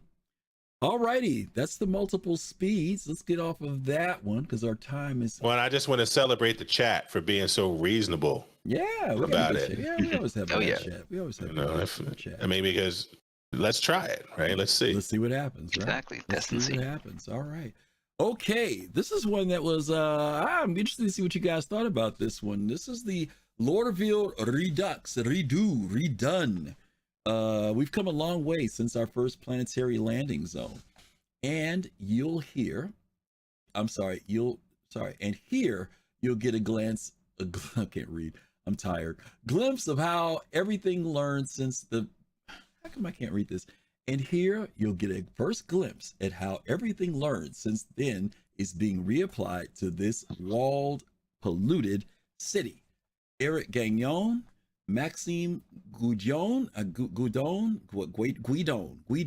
and Ian Leyland were on this one. Man, oh man. You mean that wasn't Phil Collins? No, it wasn't Phil. Not on this one. Listen, I almost ready to move from R Corp. All right, almost, but nope. I say nope. If they did this to Lorville, they're gonna make R Corp look even better. So let me start with BBG on this one, or is it Kalrati? It was Kalrati this time, right? Kalrati, give me your thoughts about Loreville, what you saw. Are you digging it? Too much? What do you think? I totally love it. I remember when they said, or I think it was CR said that when they were done, quote unquote done with Stanton, they'd come back and revisit the landing zones and those things. And I was waiting for a day like this, and it was really nice to see their thought process, their plans for Loreville to really bring it up to snuff. And I'm totally satisfied with what I'm seeing. I'm looking forward to them utilizing, the buildings for certain missions, or just as what they do with New Babbage, et cetera. And I'm very, very much looking forward to what they do. I think they said they're looking also to kind of modifying the interiors a little bit. So yeah, I'm very, very excited to see what they do, and I would say props to them. I'm looking forward to just getting it into our hands and seeing how it is. Okay. FC, I know you've been big on talking about racing. They removed the restricted zones over many of these areas, which looked pretty exciting. Are you going to fly one of your racers through those building columns, or are you just going to look at the beauty of Loreville now? I'm looking forward to not accidentally crashing when I try to land. Okay. That's my big thing. But I am excited to see how the racing community will handle this, because they will do something. They're going to do something. Okay. Yeah, I'm looking forward to seeing that. That'll be fun. Okay. BBG, this also not only is just an aesthetic change, but it is also physical changes to the structures. There are buildings now, which we know that I think a little while back CIG showed us at Microtech how they how they want to start putting in these corporate offices or places for NPC missions to come out of. And Loreville's been very narrow in comparison to Microtech and ArcCorp in relation to like landing pads on top of buildings and things of that nature. Now they're saying in Loreville, you'll be able to land at these different locations. Loreville kind of has its own lore, pardon the expression, around it, but doesn't have a lot of mission stuff based out of there, other than when you deal with the what's the family name? Hurstons. Constantine Hurston. Yeah, the Hurstons, right? Other than when you deal with the Hurstons. Yeah, I thought it was. So can there be some other more seedier, darker things? Is this like the place for something like that to happen, other than Grimhex? Is this like maybe the other place where things like that can happen? Yeah, I think that's right. I think it's less seedy piratey and more like seedy worst corporation ever stuff, right? Lore, in the lore of Loreville, the LOR stands for local occupational residency. This is about workers locked into long-term contracts. No matter what the pollution level is, they're going to be there, right? And so to a certain extent, the rework for me and the emphasis on taller buildings, my hope is that those taller buildings are more like a substandard public housing for workers than they are corporate. Right. In that, Constantine and where he sits is sort of like the tail end of the Hurston family. And I imagine that every corporate structure would have a Hurston at its head, right? So I don't imagine a lot of those, but I do imagine a lot of public housing, right? And so I'm interested to see what those taller buildings and all of those other structures are going to mean, because this for me is about long-term work contracts and slavery through work, right? It's the modern slavery on that planet. And so I'm interested in what this will mean, but the look of it is incredible. Yeah. The look and feel of it feels good. It feels right. Look at that right there. Oh my goodness. It's not a place I would want to visit. Right. Like you got to really think about why you're going there, right? And then finally, for me, the free fly opportunity. They've wrestled. They had pathways for a while. For those of you who were around when we had like flight paths, we had to follow down. Restricted areas. Now they're just going to be like, let the players fly for a while, and we'll have that for a little bit in the alpha. I'm excited to see that. Maybe they'll go back to some other version of restricted airspace, but for now, we're going to get to fly in and among these buildings. That's going to be fun. Yeah. I'm looking forward to the new machinemas that's going to be made using the new law of law. So that'll be interesting. Yeah. Yeah, I can imagine a whole bunch of content coming out for that. That's right, Fastcart. Absolutely. Kalrati, is it going to be like the secret baghead meeting somewhere for the revolt? I mean, what are they going to be doing? What are they gonna be doing down in Egghead Louisville? unite. Anything We're gonna see see- unite, right? We're gonna see protests on top of each and every one of these new revamped buildings, protesting against their work conditions. Yeah. I think they did a great job on it. Totally. I can't wait to go there and see it. I'm not leaving our corp yet, but it's pretty gorgeous. It really is. And I'm hoping that they expand on the whole Hurston thing even more. Hurst is no place for a clean origin ship, Griff. Yeah, well, you know what? There's no place for that. Yeah, don't worry. I've got something that I can fly over there. It's something I was just gonna say. Oh God, what was it? It just flew out of my head about the building. Oh, do you guys think that they're going to implement the atmospheric aspects of this place where it affects us pretty soon? Because the NPCs are walking around with the bags on their head. And I know we joke around about that, but you know, as soon as you come out of the halves, they've got that whole big flat screen up there telling you how polluted the air is, whether it's good air day, bad air day. Do you think that they'll actually implement that as part of the gameplay, that you'll have to be very conscious of, you know, when you're walking around there breathing that stuff? Will you get sick, you know? Griffin, I already don't take off my suit when I'm around there. I'm just gonna double down on that. I'm just not gonna take off my suit at all. Okay, all right.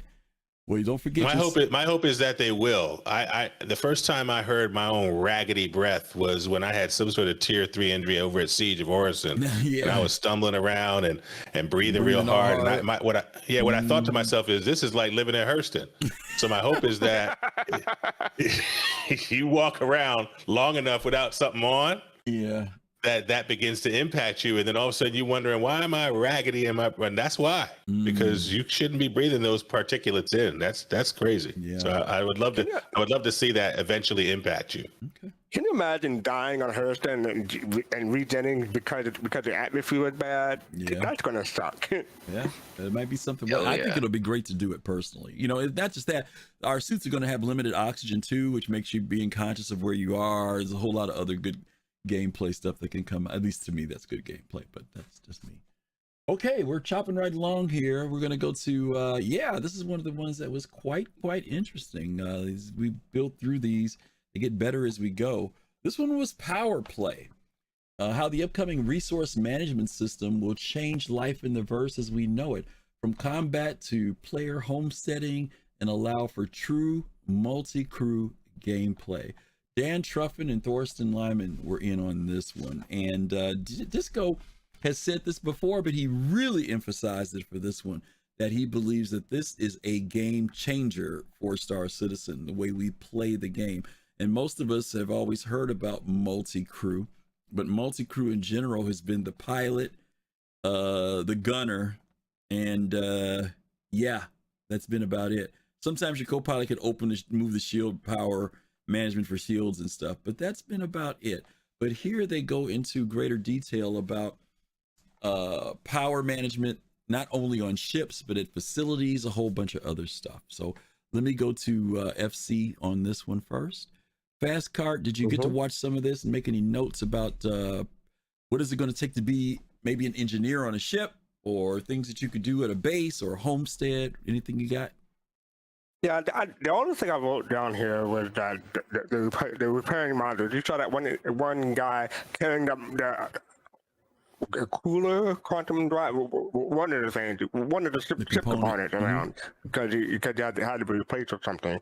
Is this the one where someone took the fuse out and put them on the different place? Yeah. So I think that'd be interesting. But you're gonna have to really know the layout of a ship that you're on in order to do stuff like that. Like no more trying to just fumble around a starfare. You got to know. You got to actually know where everything is on a starfare.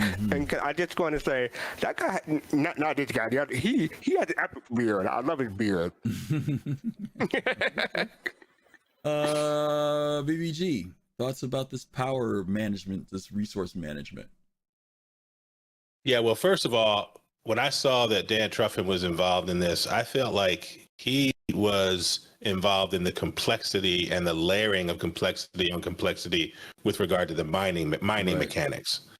Right. So I saw him and I said, well, this is a guy who's into that depth that I'm into, that I want from the game over the mid and long term. So I was excited to see him as part of this and leading on this.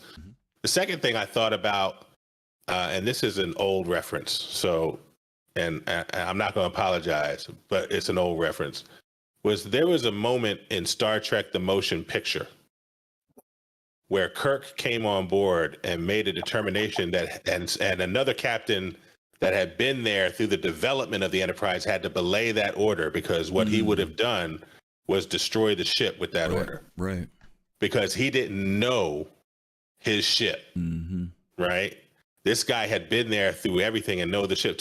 So to Fastcar's point, what this will do is, we will really get to know our ships. Our ships will really, really matter. It's not just naming our ships, but we will know, hey, that third box back there for fuse 6, that's the one we always have to change, because I'm always adjusting my shields in a certain way that blows that fuse. And, we are going to know our ships. And that, for me, makes the game so personal and intimate. And that's before you get to the features like increased time to kill, so that we can have things like vacuum and boarding and life support go out before we get blown up, make a decision to abandon ship. We're going to have all these things that come from resource management. I thought this was the most potentially game-changing session of the day. And Jared had hyped it, to your point, he had hyped it like that, and I felt that it was exactly that. Yeah. Kalrati, are some people going to be selling their multi-crew ships? Now, now I'm saying this because I'm saying this for a couple reasons. Right now, multi-crew ships are pretty much automated, right? Right. Very seldom does anything fail. Even if it does, you get a warning on your screen. You go land at some base and do a quick repair, and you're straight, right?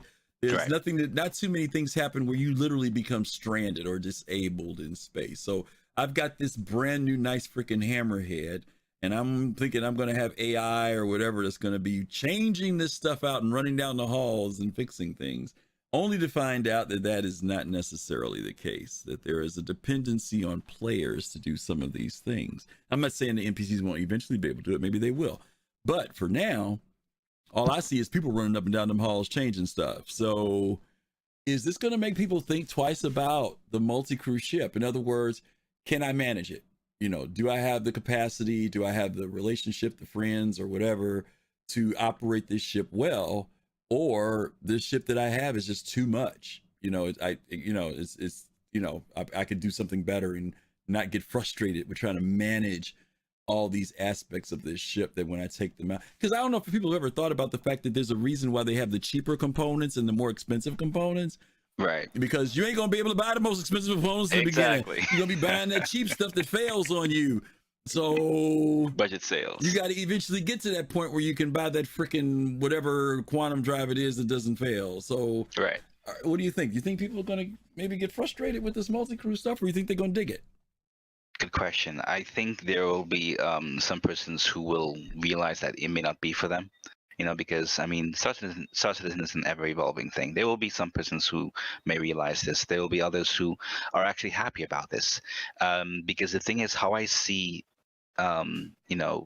this whole emergence is that, all of you used some really good points. If over the past minute or so, if I can recall, things like intimacy, things like a relationship, because we hear this statement, living, breathing universe.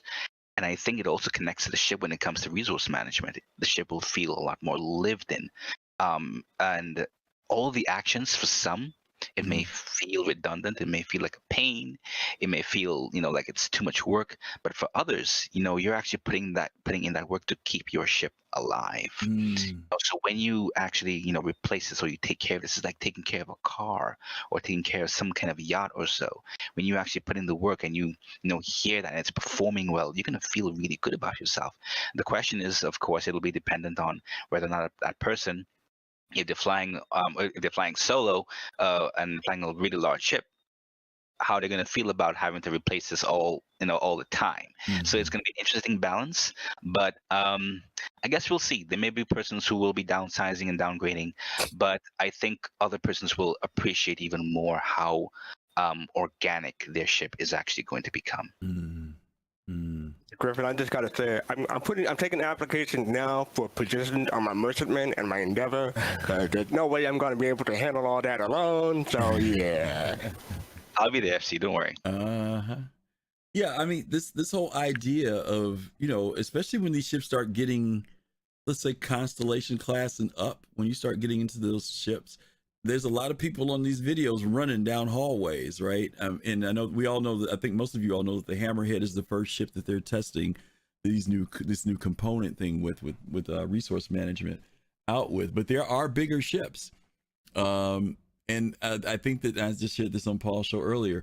The role of the engineer is going to become invaluable. In fact, there may be a lot of owners that are engineers because they want to make sure their ship is taken care of. You know, they want to make sure that the components get put in there and they know where they're at when they buy them, and they know how to put them in. But they tell somebody else, go fly it. I'll be back here. That's right. Yeah. Griffin, to your point, I really hope they make an engineer achievement called Milka Worker. That'd be great. Yeah, I you know, it'll be interesting to see. I'm looking forward to it because I think you're going to, on some ships, you're going to have one engineer. On some ships, you may have 2 or 3 people who are there to keep you together, depending on what the mission is, right? If you're going someplace where you know you may be taking damage and things like that, one person may not be enough. You may not want to pull that turret gunner out to put out a fire or replace a component. You may need them to stay in that turret, which means you've got to hire someone else to do engineering. But, you know, we will see what happens. I appreciate what Coder Nova said. Coder said, Han Solo teaches us that banging on a panel and flipping a few switches should be good enough to keep the ship going. Oh, that's needed. That's all you gotta do. Okay, on a Drake ship that may work. On an Origin and some other ship, probably not. Okay, yeah, Dan Truffin, I agree with you, Kel, or who's it, BBG?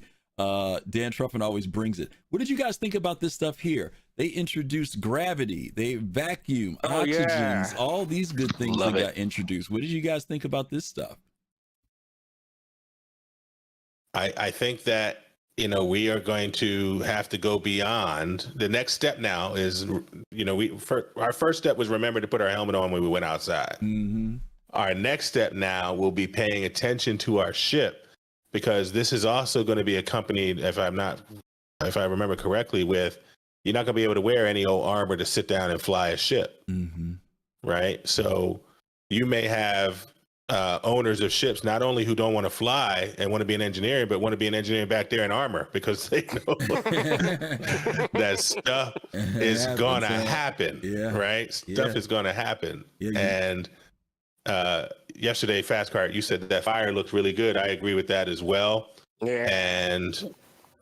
And this stuff here is, we heard about it a long time ago, and it's all coming together now. It's very exciting. Yeah, I'm excited for just being able to control life support systems. This also brings up this piece about how do you extinguish a fire, right? Because that was a subject that came up once before. Is it because we have the fire extinguisher, which you know CIG had been working on? Or is it because you know your systems well enough where you can go to the panel and close off a bulkhead, or, you know, create a vacuum and get all the oxygen out of that area and hopefully not kill your friends at the same time? I was going to say that. Another factor, right? What if you have crew back there? Yeah, I mean, but those are, you're right. That's what you got to think kill about. your enemies, or kill your boarding enemies. Kill your boarding enemies. I'm pretty sure they're going to have a helmet if they're boarding. That's true. They could. So this is how I take FC's ship, huh? Yeah, this is how you take FC's ship. Got yeah, it. I'll keep that in mind. What was interesting here was in one of those scenarios which they sped up was that they allowed it to burn where the fire ended up burning off the oxygen in the room. And they said, does the person die because of lack of oxygen, or do they die because they're consumed in the fire? There was the shot there with the group of people in one room. I would hope that the oxygen deprivation happens over a slow period of time to a certain degree. I know they kind of look kind of fast when it happened there, but I would want to, you know, that it happens and you start to realize that's what's going on. Asphyxiation. Dang, Griffin, you want people to suffer. Okay, I see how you are. I just don't think you should just drop dead. That's all. I think there should be just a moment of asphyxiation at the very least. Gravity.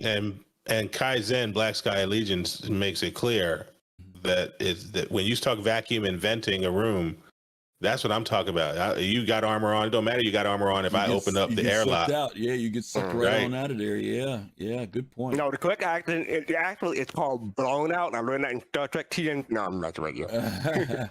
Probably right. Yeah. Probably right. Blown out, sucked out, out. One last thing is the gravity. Did you guys see they have full gravity?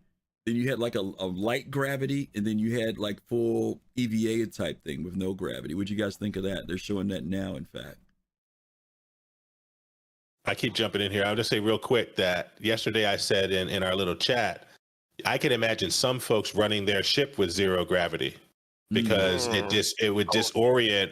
Once you get used to moving through your ship with zero gravity, any boarders, anybody that's not used to that who comes on board, they're going to struggle with that. That's another thing that slows them down that allows you to manage them. So. And they would tie this in with the new EVA. I'm sorry, go ahead, fastcart. Now, then you're gonna have trouble when you land on planet because you won't be able to remember how to walk. I'm joking. The other thing that it does is it ties in the new EVA technique, right? Because remember that now your hands, you touch push roll. So those can now be incorporated along with that as well.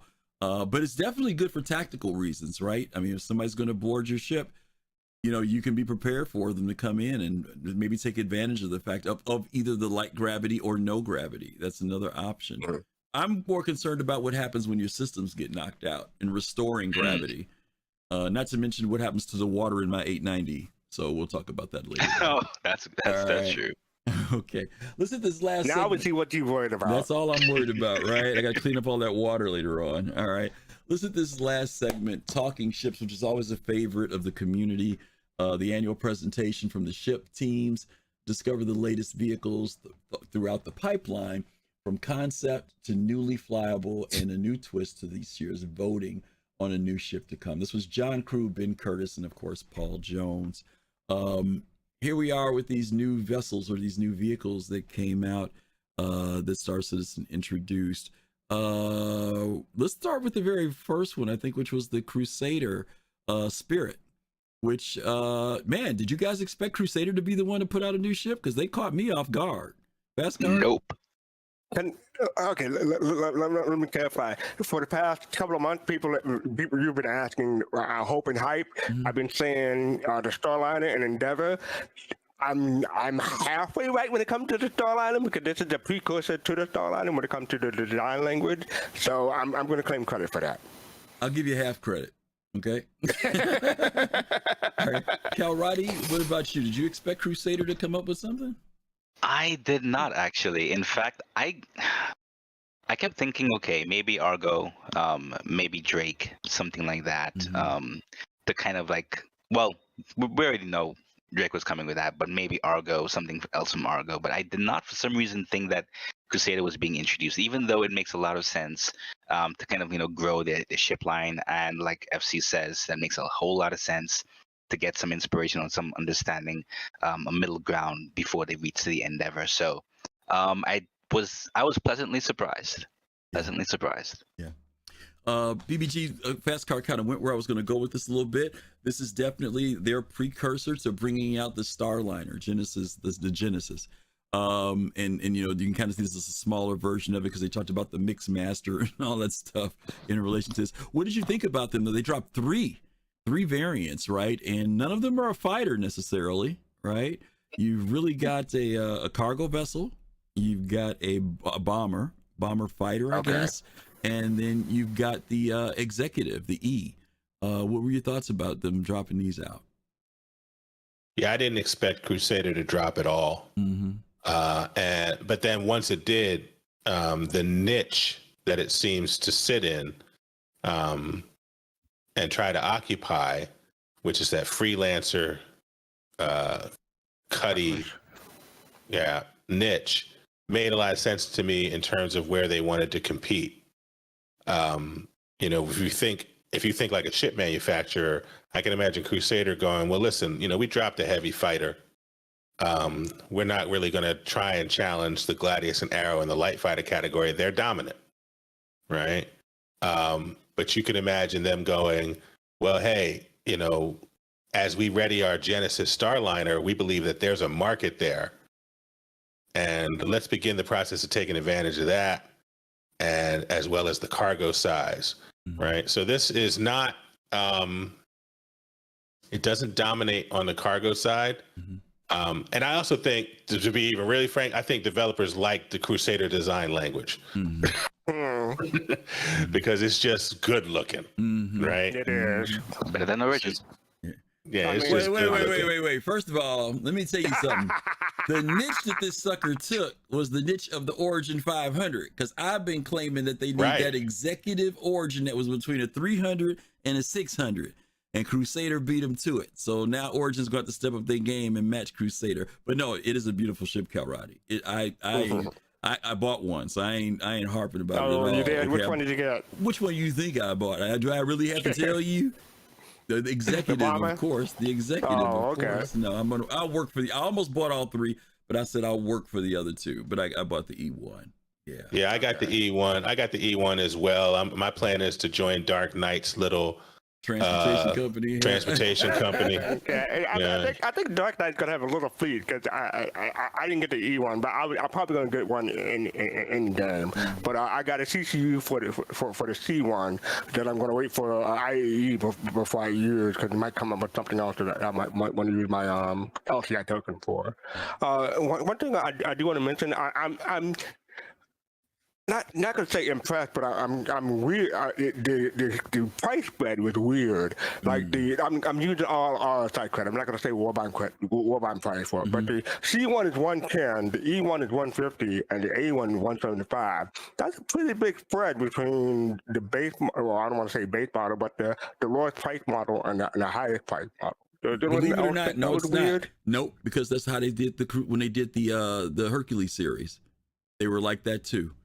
Yeah, but those are bigger ships. No. I'm talking about the ratio of the price gaps going from a C2 to an M2 was only like $200 difference. Going to the freaking A2 was like a $500 difference. There was a big jump in that. It was all I'm saying. Proportionately, it was a big difference in pricing gapping. Yeah. My thing is, like when I'm thinking about like the freelancer, because they did increase the price of the freelancer, so the price range it has increased, but it was more like $15, or like the Hornet series, or like $15. Are you factoring in the coolness and the aesthetic sides of these ships versus them freelancers? I guess I'm not. Yeah, brother. How much did they make yesterday? 1.3 million. Oh, I forgot to look at that. They made like they did make a lot of money. $1.3 million yesterday. Wow. Okay, on just this. But you got to count that the Great Cat FTV too. Yeah, well, I'm sure the buggy was the bulk of their price, right? I get it. People ran out of LTI tokens. That buggy was probably the 0.3, I guarantee you. But I get your point though, fastcart. Kalrati, what'd you think about the whole Crusader piece? I think it was, well done. It's nice to see that they're actually going with the whole passenger experience and those things and building upon it, especially as we expand the whole game world. So I'm really looking forward to seeing, especially when it comes to the taxi missions coming back, and not just, for a ship like this, but starting small and growing, so that when we get a ship like this, we can definitely support something of that size, not just for players, but for NPCs as well. Yeah. Yeah, and I want a passenger experience that isn't just about whether I can get folks there without being hijacked by griefers or PvPers or whatever. Yeah. I want an experience where there's certain features that the VIP wants, or a certain time frame they want to get to this place in, or a certain level of ride comfort that they demand, and I got to stay within a range. There's all kinds of opportunities for gameplay here, and as well as multi-crew. This is a really exciting emergent opportunity that I'm looking forward to. Yeah, very cool. Kudos to Crusader. Every time they come out, they impress. I have to give them credit. What did you guys think about the? Let's move beyond that. They showed us the Drake Corsair. I'm not a big Drake person, but I thought it looked good. Anybody? It looks good for a toilet. It says a toilet. It has a toilet. Yeah, congratulations. Yeah. This is my Def Jam gangster pirate ship. Okay. I can't resist. I cannot resist And they've kept the design language. They've kept that asymmetry. I just love the way that thing looks. Yeah, it looks good. It does. And it looks like it's really I know it's scheduled to come out in 3/18, but it looked really good. And I think they did a great job. One, there's a lot of people who've been waiting on that ship. It's interesting to me how many people are really interested in it. I don't know if it's the asymmetrical thing or they just want that whole exploration, good fighter thing or what. But a lot of people are into it. Kalrati, what are your thoughts? Go ahead, fastcart. No, I was just going to say, I think it might be ready by IAE. They're going to ask, what do you think? But I didn't know Kalrati didn't have a chance. No, that's okay. Yeah, I mean, could be. It'd be a good time, for it to come out during that time. We're going to say Kalrati? Yeah, I was just going to point out the elevator that they showed, where you can actually come up on top of the ship. That was surprising. Didn't expect that. So yeah, that's a very interesting feature, and I'm really looking forward to seeing extra creativity. Yeah. Yeah, and they put the fan back in the cockpit. Yeah, well, that was a fan favorite. No pun intended. Sorry. Yeah. They put the fan back in. Yeah, pretty excited about it. Let's talk. Given the power management conversation, the resource management we just had, do we think that, for example, there will be moments where that seat doesn't work? Ooh. Okay. Because of the power. Yeah, people are going to be stuck down there. Well, it is a great ship. Well, so I can see that being a problem. Well, not just because it's Drake. I mean, we've had this conversation about the 600. That the 600 has all of these doors that are powered. It's got the elevators. There's no ladders in that thing. If you lose power, something happens to your power systems, will you be able to get around? I mean, they're going to put the docking collar in, which is great now, but still, at least in many of the ships, the 400i, several of them, they've got ladders that you can still use. The C2, the M2, I said the same thing about the Gatak railing with all those moving parts that like. The Xi'an technology never fails. Yeah. It never fails. Fastcart. It doesn't go out. I'm just kidding. We'll see. I'm just kidding. Get hit with the EMP. Yeah. Yeah, it's something to consider and think about. But that is interesting. If they lose power, will the elevator stop working? That's funny because I guess they assume, or we look at the fact that those systems are on their own battery system, because any of the ships that we get on now, they're powered down when we get on the elevators and move them. So I would assume. Electronic, though. Well, I get it. I'm assuming they've got battery. They've got something that makes them run. I don't know, because there's not a generator running that runs them when the ships are off. So. Well, when they talked about being able to pull a fuse and manage power for a section of the ship, it would be smart to have those things independent of that system. Yeah. Right. Yeah. Because you don't want to ever be in a situation where you can't put a co-pilot down or get him back or her back up. Yeah. So very true. Very true. Okay. Unless you got someone disposable, right? Fit the face. Right. All right. Last but not least, they showed us the new vehicle that was also somewhat leaked a few days beforehand, but we got a chance to see it, and it's something that people have been checking out. The new is it Argo? Yeah, Argo, right? No, Great Cat. Gray Cat. What's it called? The STV. STV, right? Well, some people have a different name. I'm not going to say it. Yeah, I know. The STV. Did anybody buy one? I got one. You bought one? Yeah. I've been using it. A token, or you bought one because you're going to use it? I just to use it. I've been actually really enjoying it. I've been just testing it out to see, how putting myself into conceptual situations, especially when doing like the that bounty clear all targets, or I think it's a 20,000 Alpha UEC mission where you can't land close to the bunker. So I equip my Grey Cat, and has two weapon racks, one on each side, so you can equip SMGs and rifles on it, and then you have space in the front for two 1.8 SCU boxes, and you have a trunk in the back where you can put your guns and those things. I think that's also 2 1.8 SCU in total, or I can't remember the total inventory size, but it's a really, really neat ship. I really enjoy using it. And yeah, it's really nice. It's really compact, handles well, I think, as well. So I've been really, really enjoying it. So I'm looking forward to the PTV rework, as well as I think it's the another vehicle. I think it's the UTV, or I can't remember. All right, got it. Yeah. So yeah, I'm also interested in the fact that thing has a spare tire, which is interesting to me. Because we always say when CIG puts something in that's obvious like that, it's not just there for aesthetics. So I'm curious as to whether or not you can get a flat tire in this. FC, you said you bought. Oh, go ahead, Kalrati, go ahead. Oh, so just to briefly touch on that, I think in one of the PTUs or live, there was one point where for the Tumbril Cyclone, the wheels, they kept coming out, and you were able to. Yeah, well, you couldn't really do anything about it, especially if you're driving on some cliff and your wheel just kind of falls out. That was a bug, of course, or some kind of design issue. But imagine something like that happens. So it could be a flat tire, it could be the wheel just being damaged and just coming out, and you can't really retrieve it, and you'll have your spare tire there, and you can just replace it that way.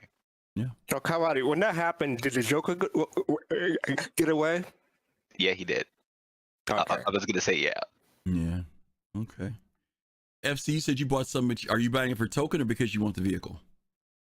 I already have a couple of tokens. I haven't bought one yet. But if I do get one, it'll be a token. I was just looking at my hangar. I do have a PTV. That's from the referral bonus. I can't do anything with it. Can't upgrade it. Can't change it. So if I could, I would have changed that to a STV, but I can't do anything with it. Okay. BBG, what do you think about the STV? Yeah, I picked up one on store credit just to test it out. Okay. And to see with these speed changes what that was like. I was over at Microtech and out there underneath the tramway on the way to the space station. I mean the spaceport, and it was fun. It sounds good. It feels good. There's enough protection in there that my suit wasn't aggregating ice, even though it was open. And, it was enjoyable. There were a couple other folks that were out there. We were just zipping around. It was fun. It was something that I'll probably buy in game. We did wrestle with that flat tire question yesterday, and Gomab said yesterday what he said in chat today, which is no flat tire gameplay. He 100% against that. But I could imagine this being a race feature. Right? They already did that. They had the Babbitt back yesterday using the STV. Yeah, but I can imagine the tire being a race feature. Right? Oh. Yeah, where maybe you have to every now and then randomly one of your four tires will blow out because you're putting so much pressure on it because of your racing, and you have to use it. So that would be interesting. I wouldn't want that in just everyday travel, but maybe in intense race level engagement, maybe something happens. So I was pleased with the vehicle. I should have probably gotten an LTI token. I didn't, but I wanted to test it out. Yeah, I'll take a look at it. My wallet is tired right now. I know what you mean. Yeah. And you got to prepare for IAE too. That's right. Trying to be careful. That's why I only got an a CCU token for the C1 and not get a full thing. So yeah. All right. Last but not least, they talked about this new way of picking a ship. CIG internally decided that they do want to continue, which again, surprising. They want to continue to work on this mining career by bringing a fourth mining ship into the game. This one would be a ship that would be somewhere between the Argo Mole and the RSI Orion. So it would be more of a large scale ship. We've got a small for the Prospector, a medium for the Mole, and then a large ship that is capable of not only mining, but also being able to carry some type of mining vehicle as well, vehicle or vehicles. And so CIG did a poll asking folks to vote yesterday on the community hub, the newly redesigned community hub. And if I'm not mistaken, RSI won. RSI was in the lead. I know that. What do you guys think? Do you think that this is a reflection of something that we'll see with other careers, where there'll be like a small, medium, large, and capital for every type of career possibly, or for several different careers in the game? Because I always keep saying, every time I think these guys are wrapping it up with mining, they take it to the next level, and it looks like they're, as far as ships goes, that maybe this is going to be it. But it seems like they're filling that category also because of gates and wormholes, the different sizes of which you can take through: small, medium, large, capital. BBG, I'll start with you on this one, and I'll go to fastcart, then Kalrati. Any thoughts on this particular one? Yeah, I wanted Argo to win. I wanted them to own that mid-level mining area. I like the idea that MISC was the freelancer size of mining, and that RSI only came to play with the big dogs. But I'm not against it. It is what it is. But I sort of wanted Argo to own that middle tier. And to your point, what this means for me is that the folks that are involved in mining see a whole a career step pathway for a life of mining, right? They can imagine somebody who is into mining and comes in at an entry level is just going to want to keep going step by step until they get to the top tier opportunities to mine. And mining, mining folks are different, right? Like I've been into mining, and then you go out there among mining communities and there are folks that's all they do. Yeah. That's all they do. And so I think it's healthy for that community to have a development group that sees mining with the detail and complexity with which they see it. And if players who may not have thought about mining get into mining, there's a whole depth of gameplay to do there, and there are steps. And I think having this mid-tier ship is part of that process. FC, what do you think? Do you think that this is a reflection of how CIG is going to do for other careers? Maybe not every career, but do you think that they'll provide players that opportunity to go for small, medium, large, capital, as part of their progression through the game? Well, John Cruz said that they had similar polls, I guess, in the past, and in the past they just went ahead and made all the ships. So I think they kind of want to get away from that and just focus on the ship that the community wants. So I think this is a how they will do things in the future. So I don't think this will be a one-off, but I would be surprised if it is a one-off. Okay. Kalrati, same question. You think this is a reflection of other careers, having a cross-section of different sizes, ships, and capability? Yeah, I think so. At first I did vote Argo for the same kind of mindset that BBG had, but then I thought, okay, maybe even the community in general want something that the devs can actually play off of, similar to the Spirit, to get some inspiration when going to the larger ship, right? We saw a preview of what the Orion looked like, the revised version, but even so, it'll be nice, now that I'm actually reflecting on it, to get some kind of idea, a smaller version of that, so that they can get that kind of design language on point for that Orion. And going forward, just to answer the main question, I think this is something that they're going to be going forward with. Who knows, maybe what other chip type they may propose for another CitizenCon. Could be exploration, maybe when we start fleshing out more professions for salvaging, especially, or even for something that for medical gameplay and those things. So because the thing is, the community in general will have a strong idea of, other than the developers, they may have a good idea of what may be missing. So to get that kind of insight from the community by doing and proposing these votes, then they can have better insight as to what the community wants. So, yeah. Okay. All right, cool.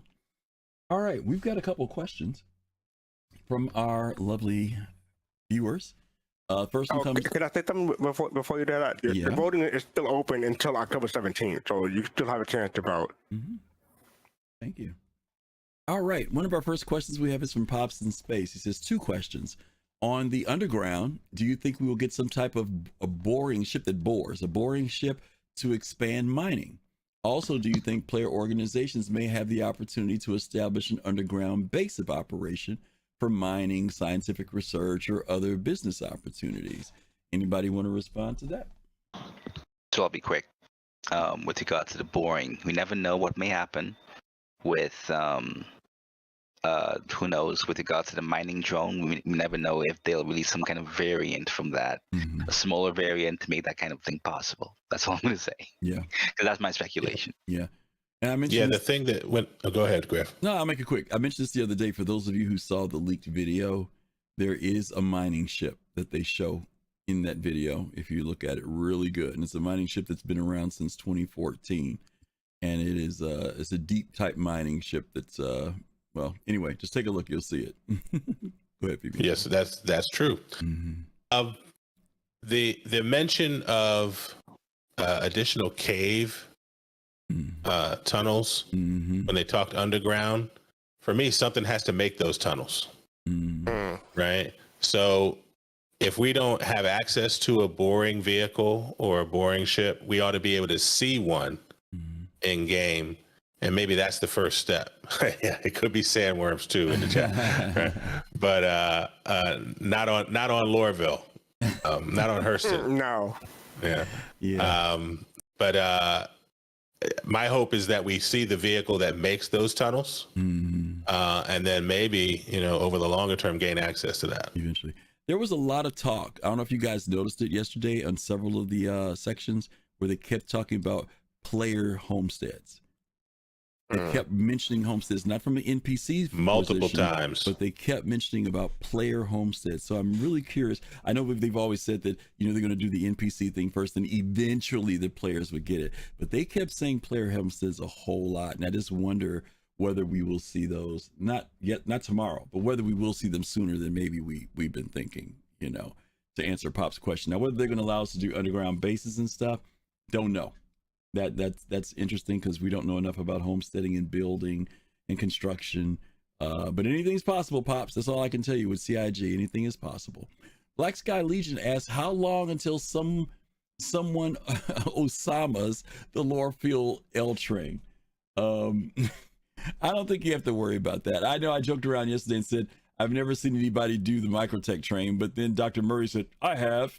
So I don't know if anybody's going to dive bomb kamikaze the plane in Lorville. They may fly alongside it. Maybe they'll try to land on it while it's moving. I don't know. But I will say this. You do get penalized in Lorville currently. If you shoot at Lorville at the buildings down below, I fired a gun accidentally one time and I got a freaking $5,000 fine.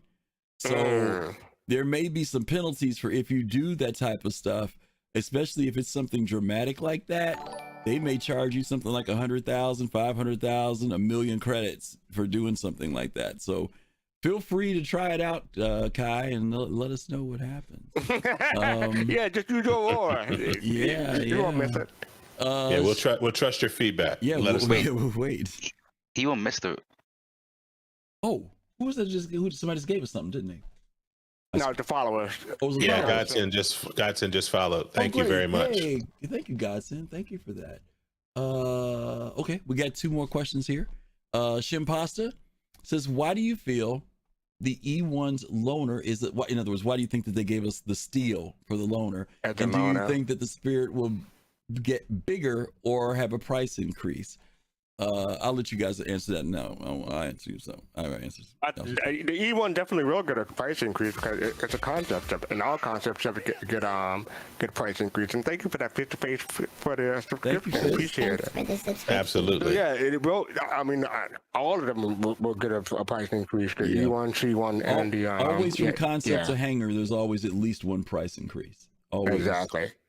Yeah, and when it comes to why we got the steel as the loaner, when you drill it down, what else is in the price range, right? Remember, we talked about this thing sort of being freelancer Cuddy sitting in that niche. What else is in the price range that could be tantamount to a transport? Yeah. Right. That's sort of where it is. I mean, there's not really anything else, which is part of the reason why you can imagine Crusader building the spirit, right, to fill out that opportunity. Yeah, it's just weird that that's more of a drop ship kind of thing, I guess. It's like 220 it's Drake's version. Yeah, it's Drake's version of luxury transfer. Oh my God! Fair enough. Okay. They tell you, you come to get a VIP seat. They tell you get on a gun. Grab a turret. Huh? Okay. Yeah, grab a turret. All right, we got another one here. This is from Poutine Barbecue. When they say a ship is finished, polished, passed, such as the whole sea, where in the process is it ready for flight ready?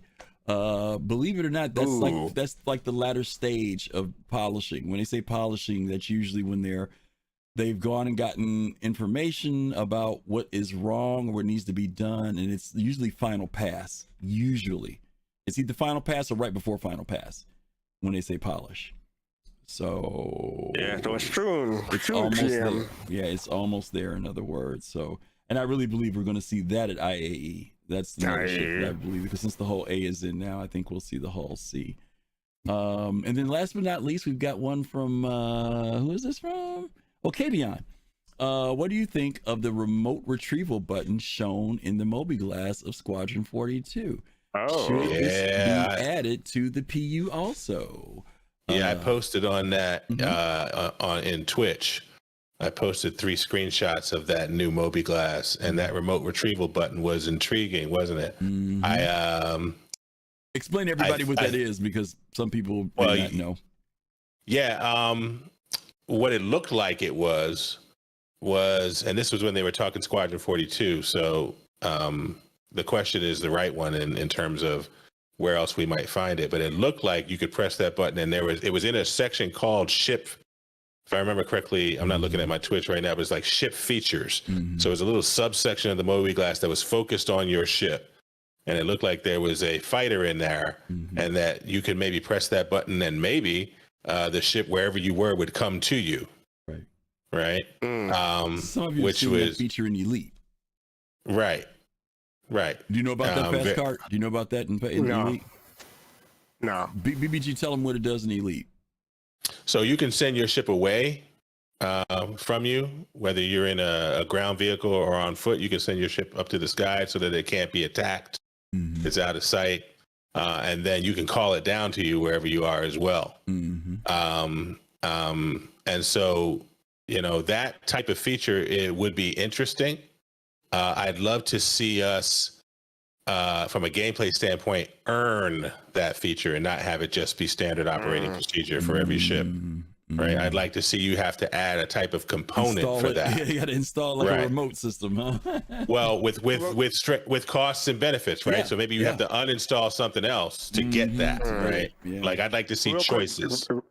Real quick before Kalrati, I just want to say, this is going to be my Knight Rider dream. I've always wanted to do this in a game. I've just read my watch, say, come pick me up. And then my ship will come and just pick me up. That'll be awesome. Yeah, it would be. So I'm going to say the opposite of it, and a little bit simpler thing as to why I saw that. Okay.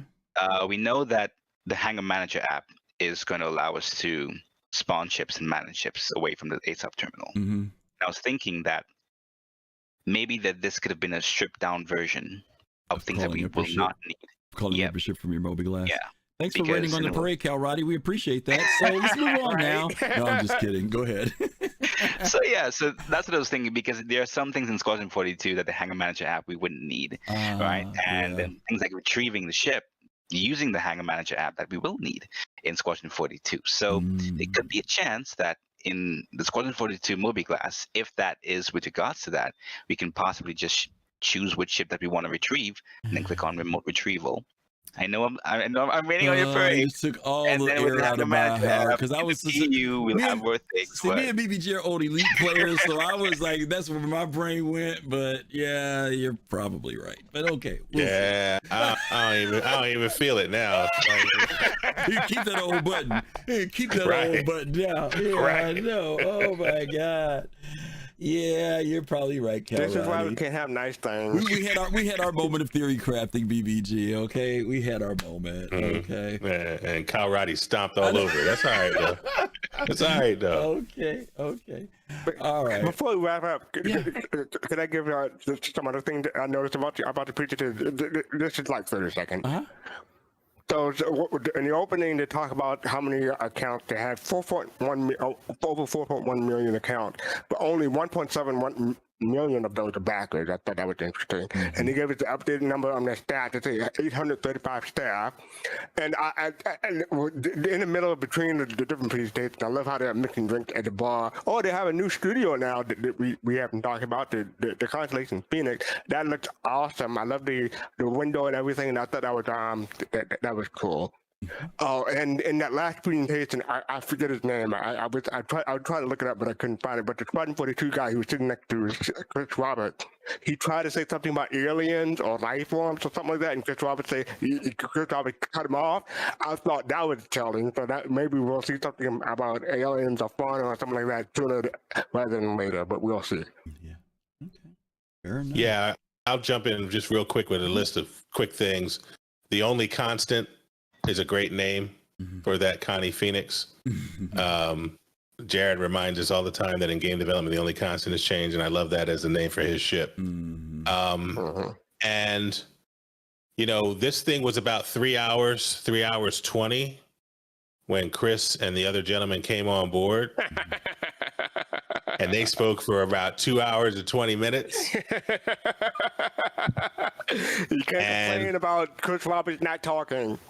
No, you can't, but I can't today. I have to go back through that because the notes that I took, there was so much, it was so rich a conversation that I think it might be a whole nother Soul Citizen show to talk about just that section. Which is why you don't see it on the list. Right. Okay. Yeah. I was wondering too. Griff's like, I do things for a reason. Yeah, which is why it is not on the list. Because we will have that conversation, because the conversation is, as I mentioned earlier, you know, where's Chris Roberts? Do we want to see Chris Roberts? You know, there's both sides to that coin, but we will talk about Squadron at an upcoming show. So let's wrap it up here. We've done our Q&A. We're going to show you guys, amongst all this information you guys got dumped on you yesterday and all of the stuff that we dumped on you today, we're going to play one more video for you. So you can sit back and relax and dream and also hope that these things that you see will be happening real soon. So here we go.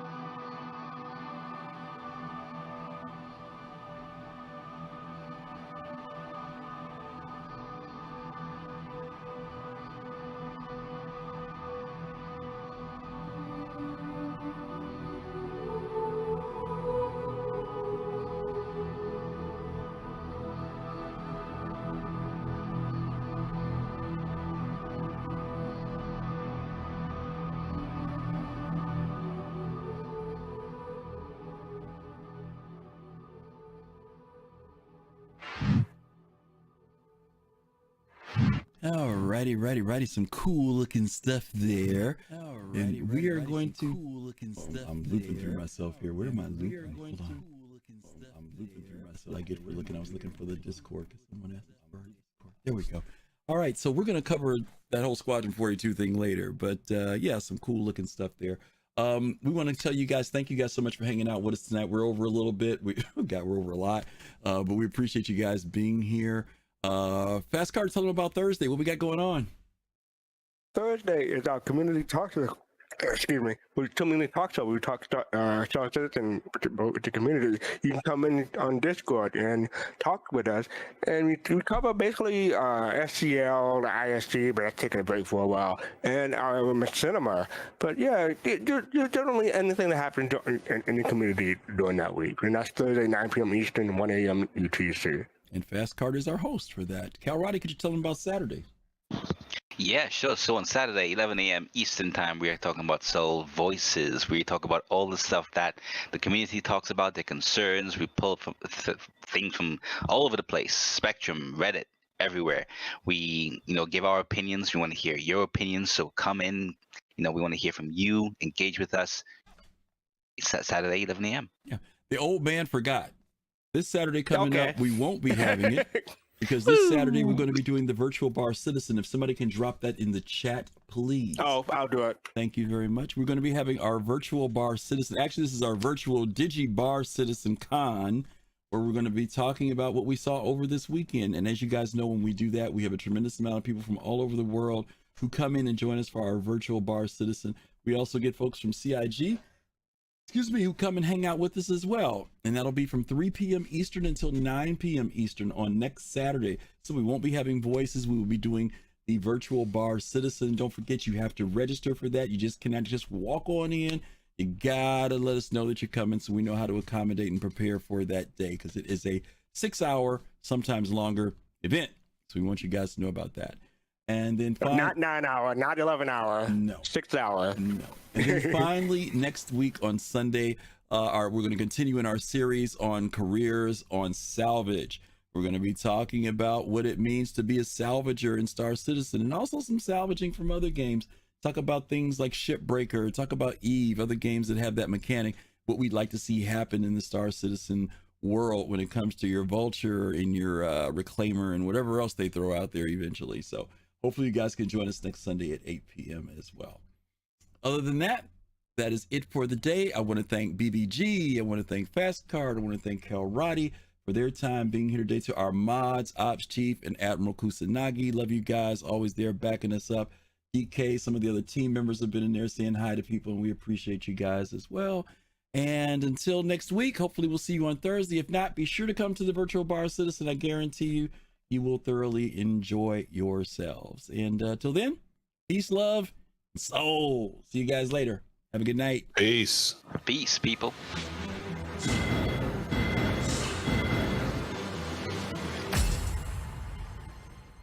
Don't go anywhere, people. We got to raid somebody. Who we going to raid? Did we say who we were raiding? Oh, I didn't look.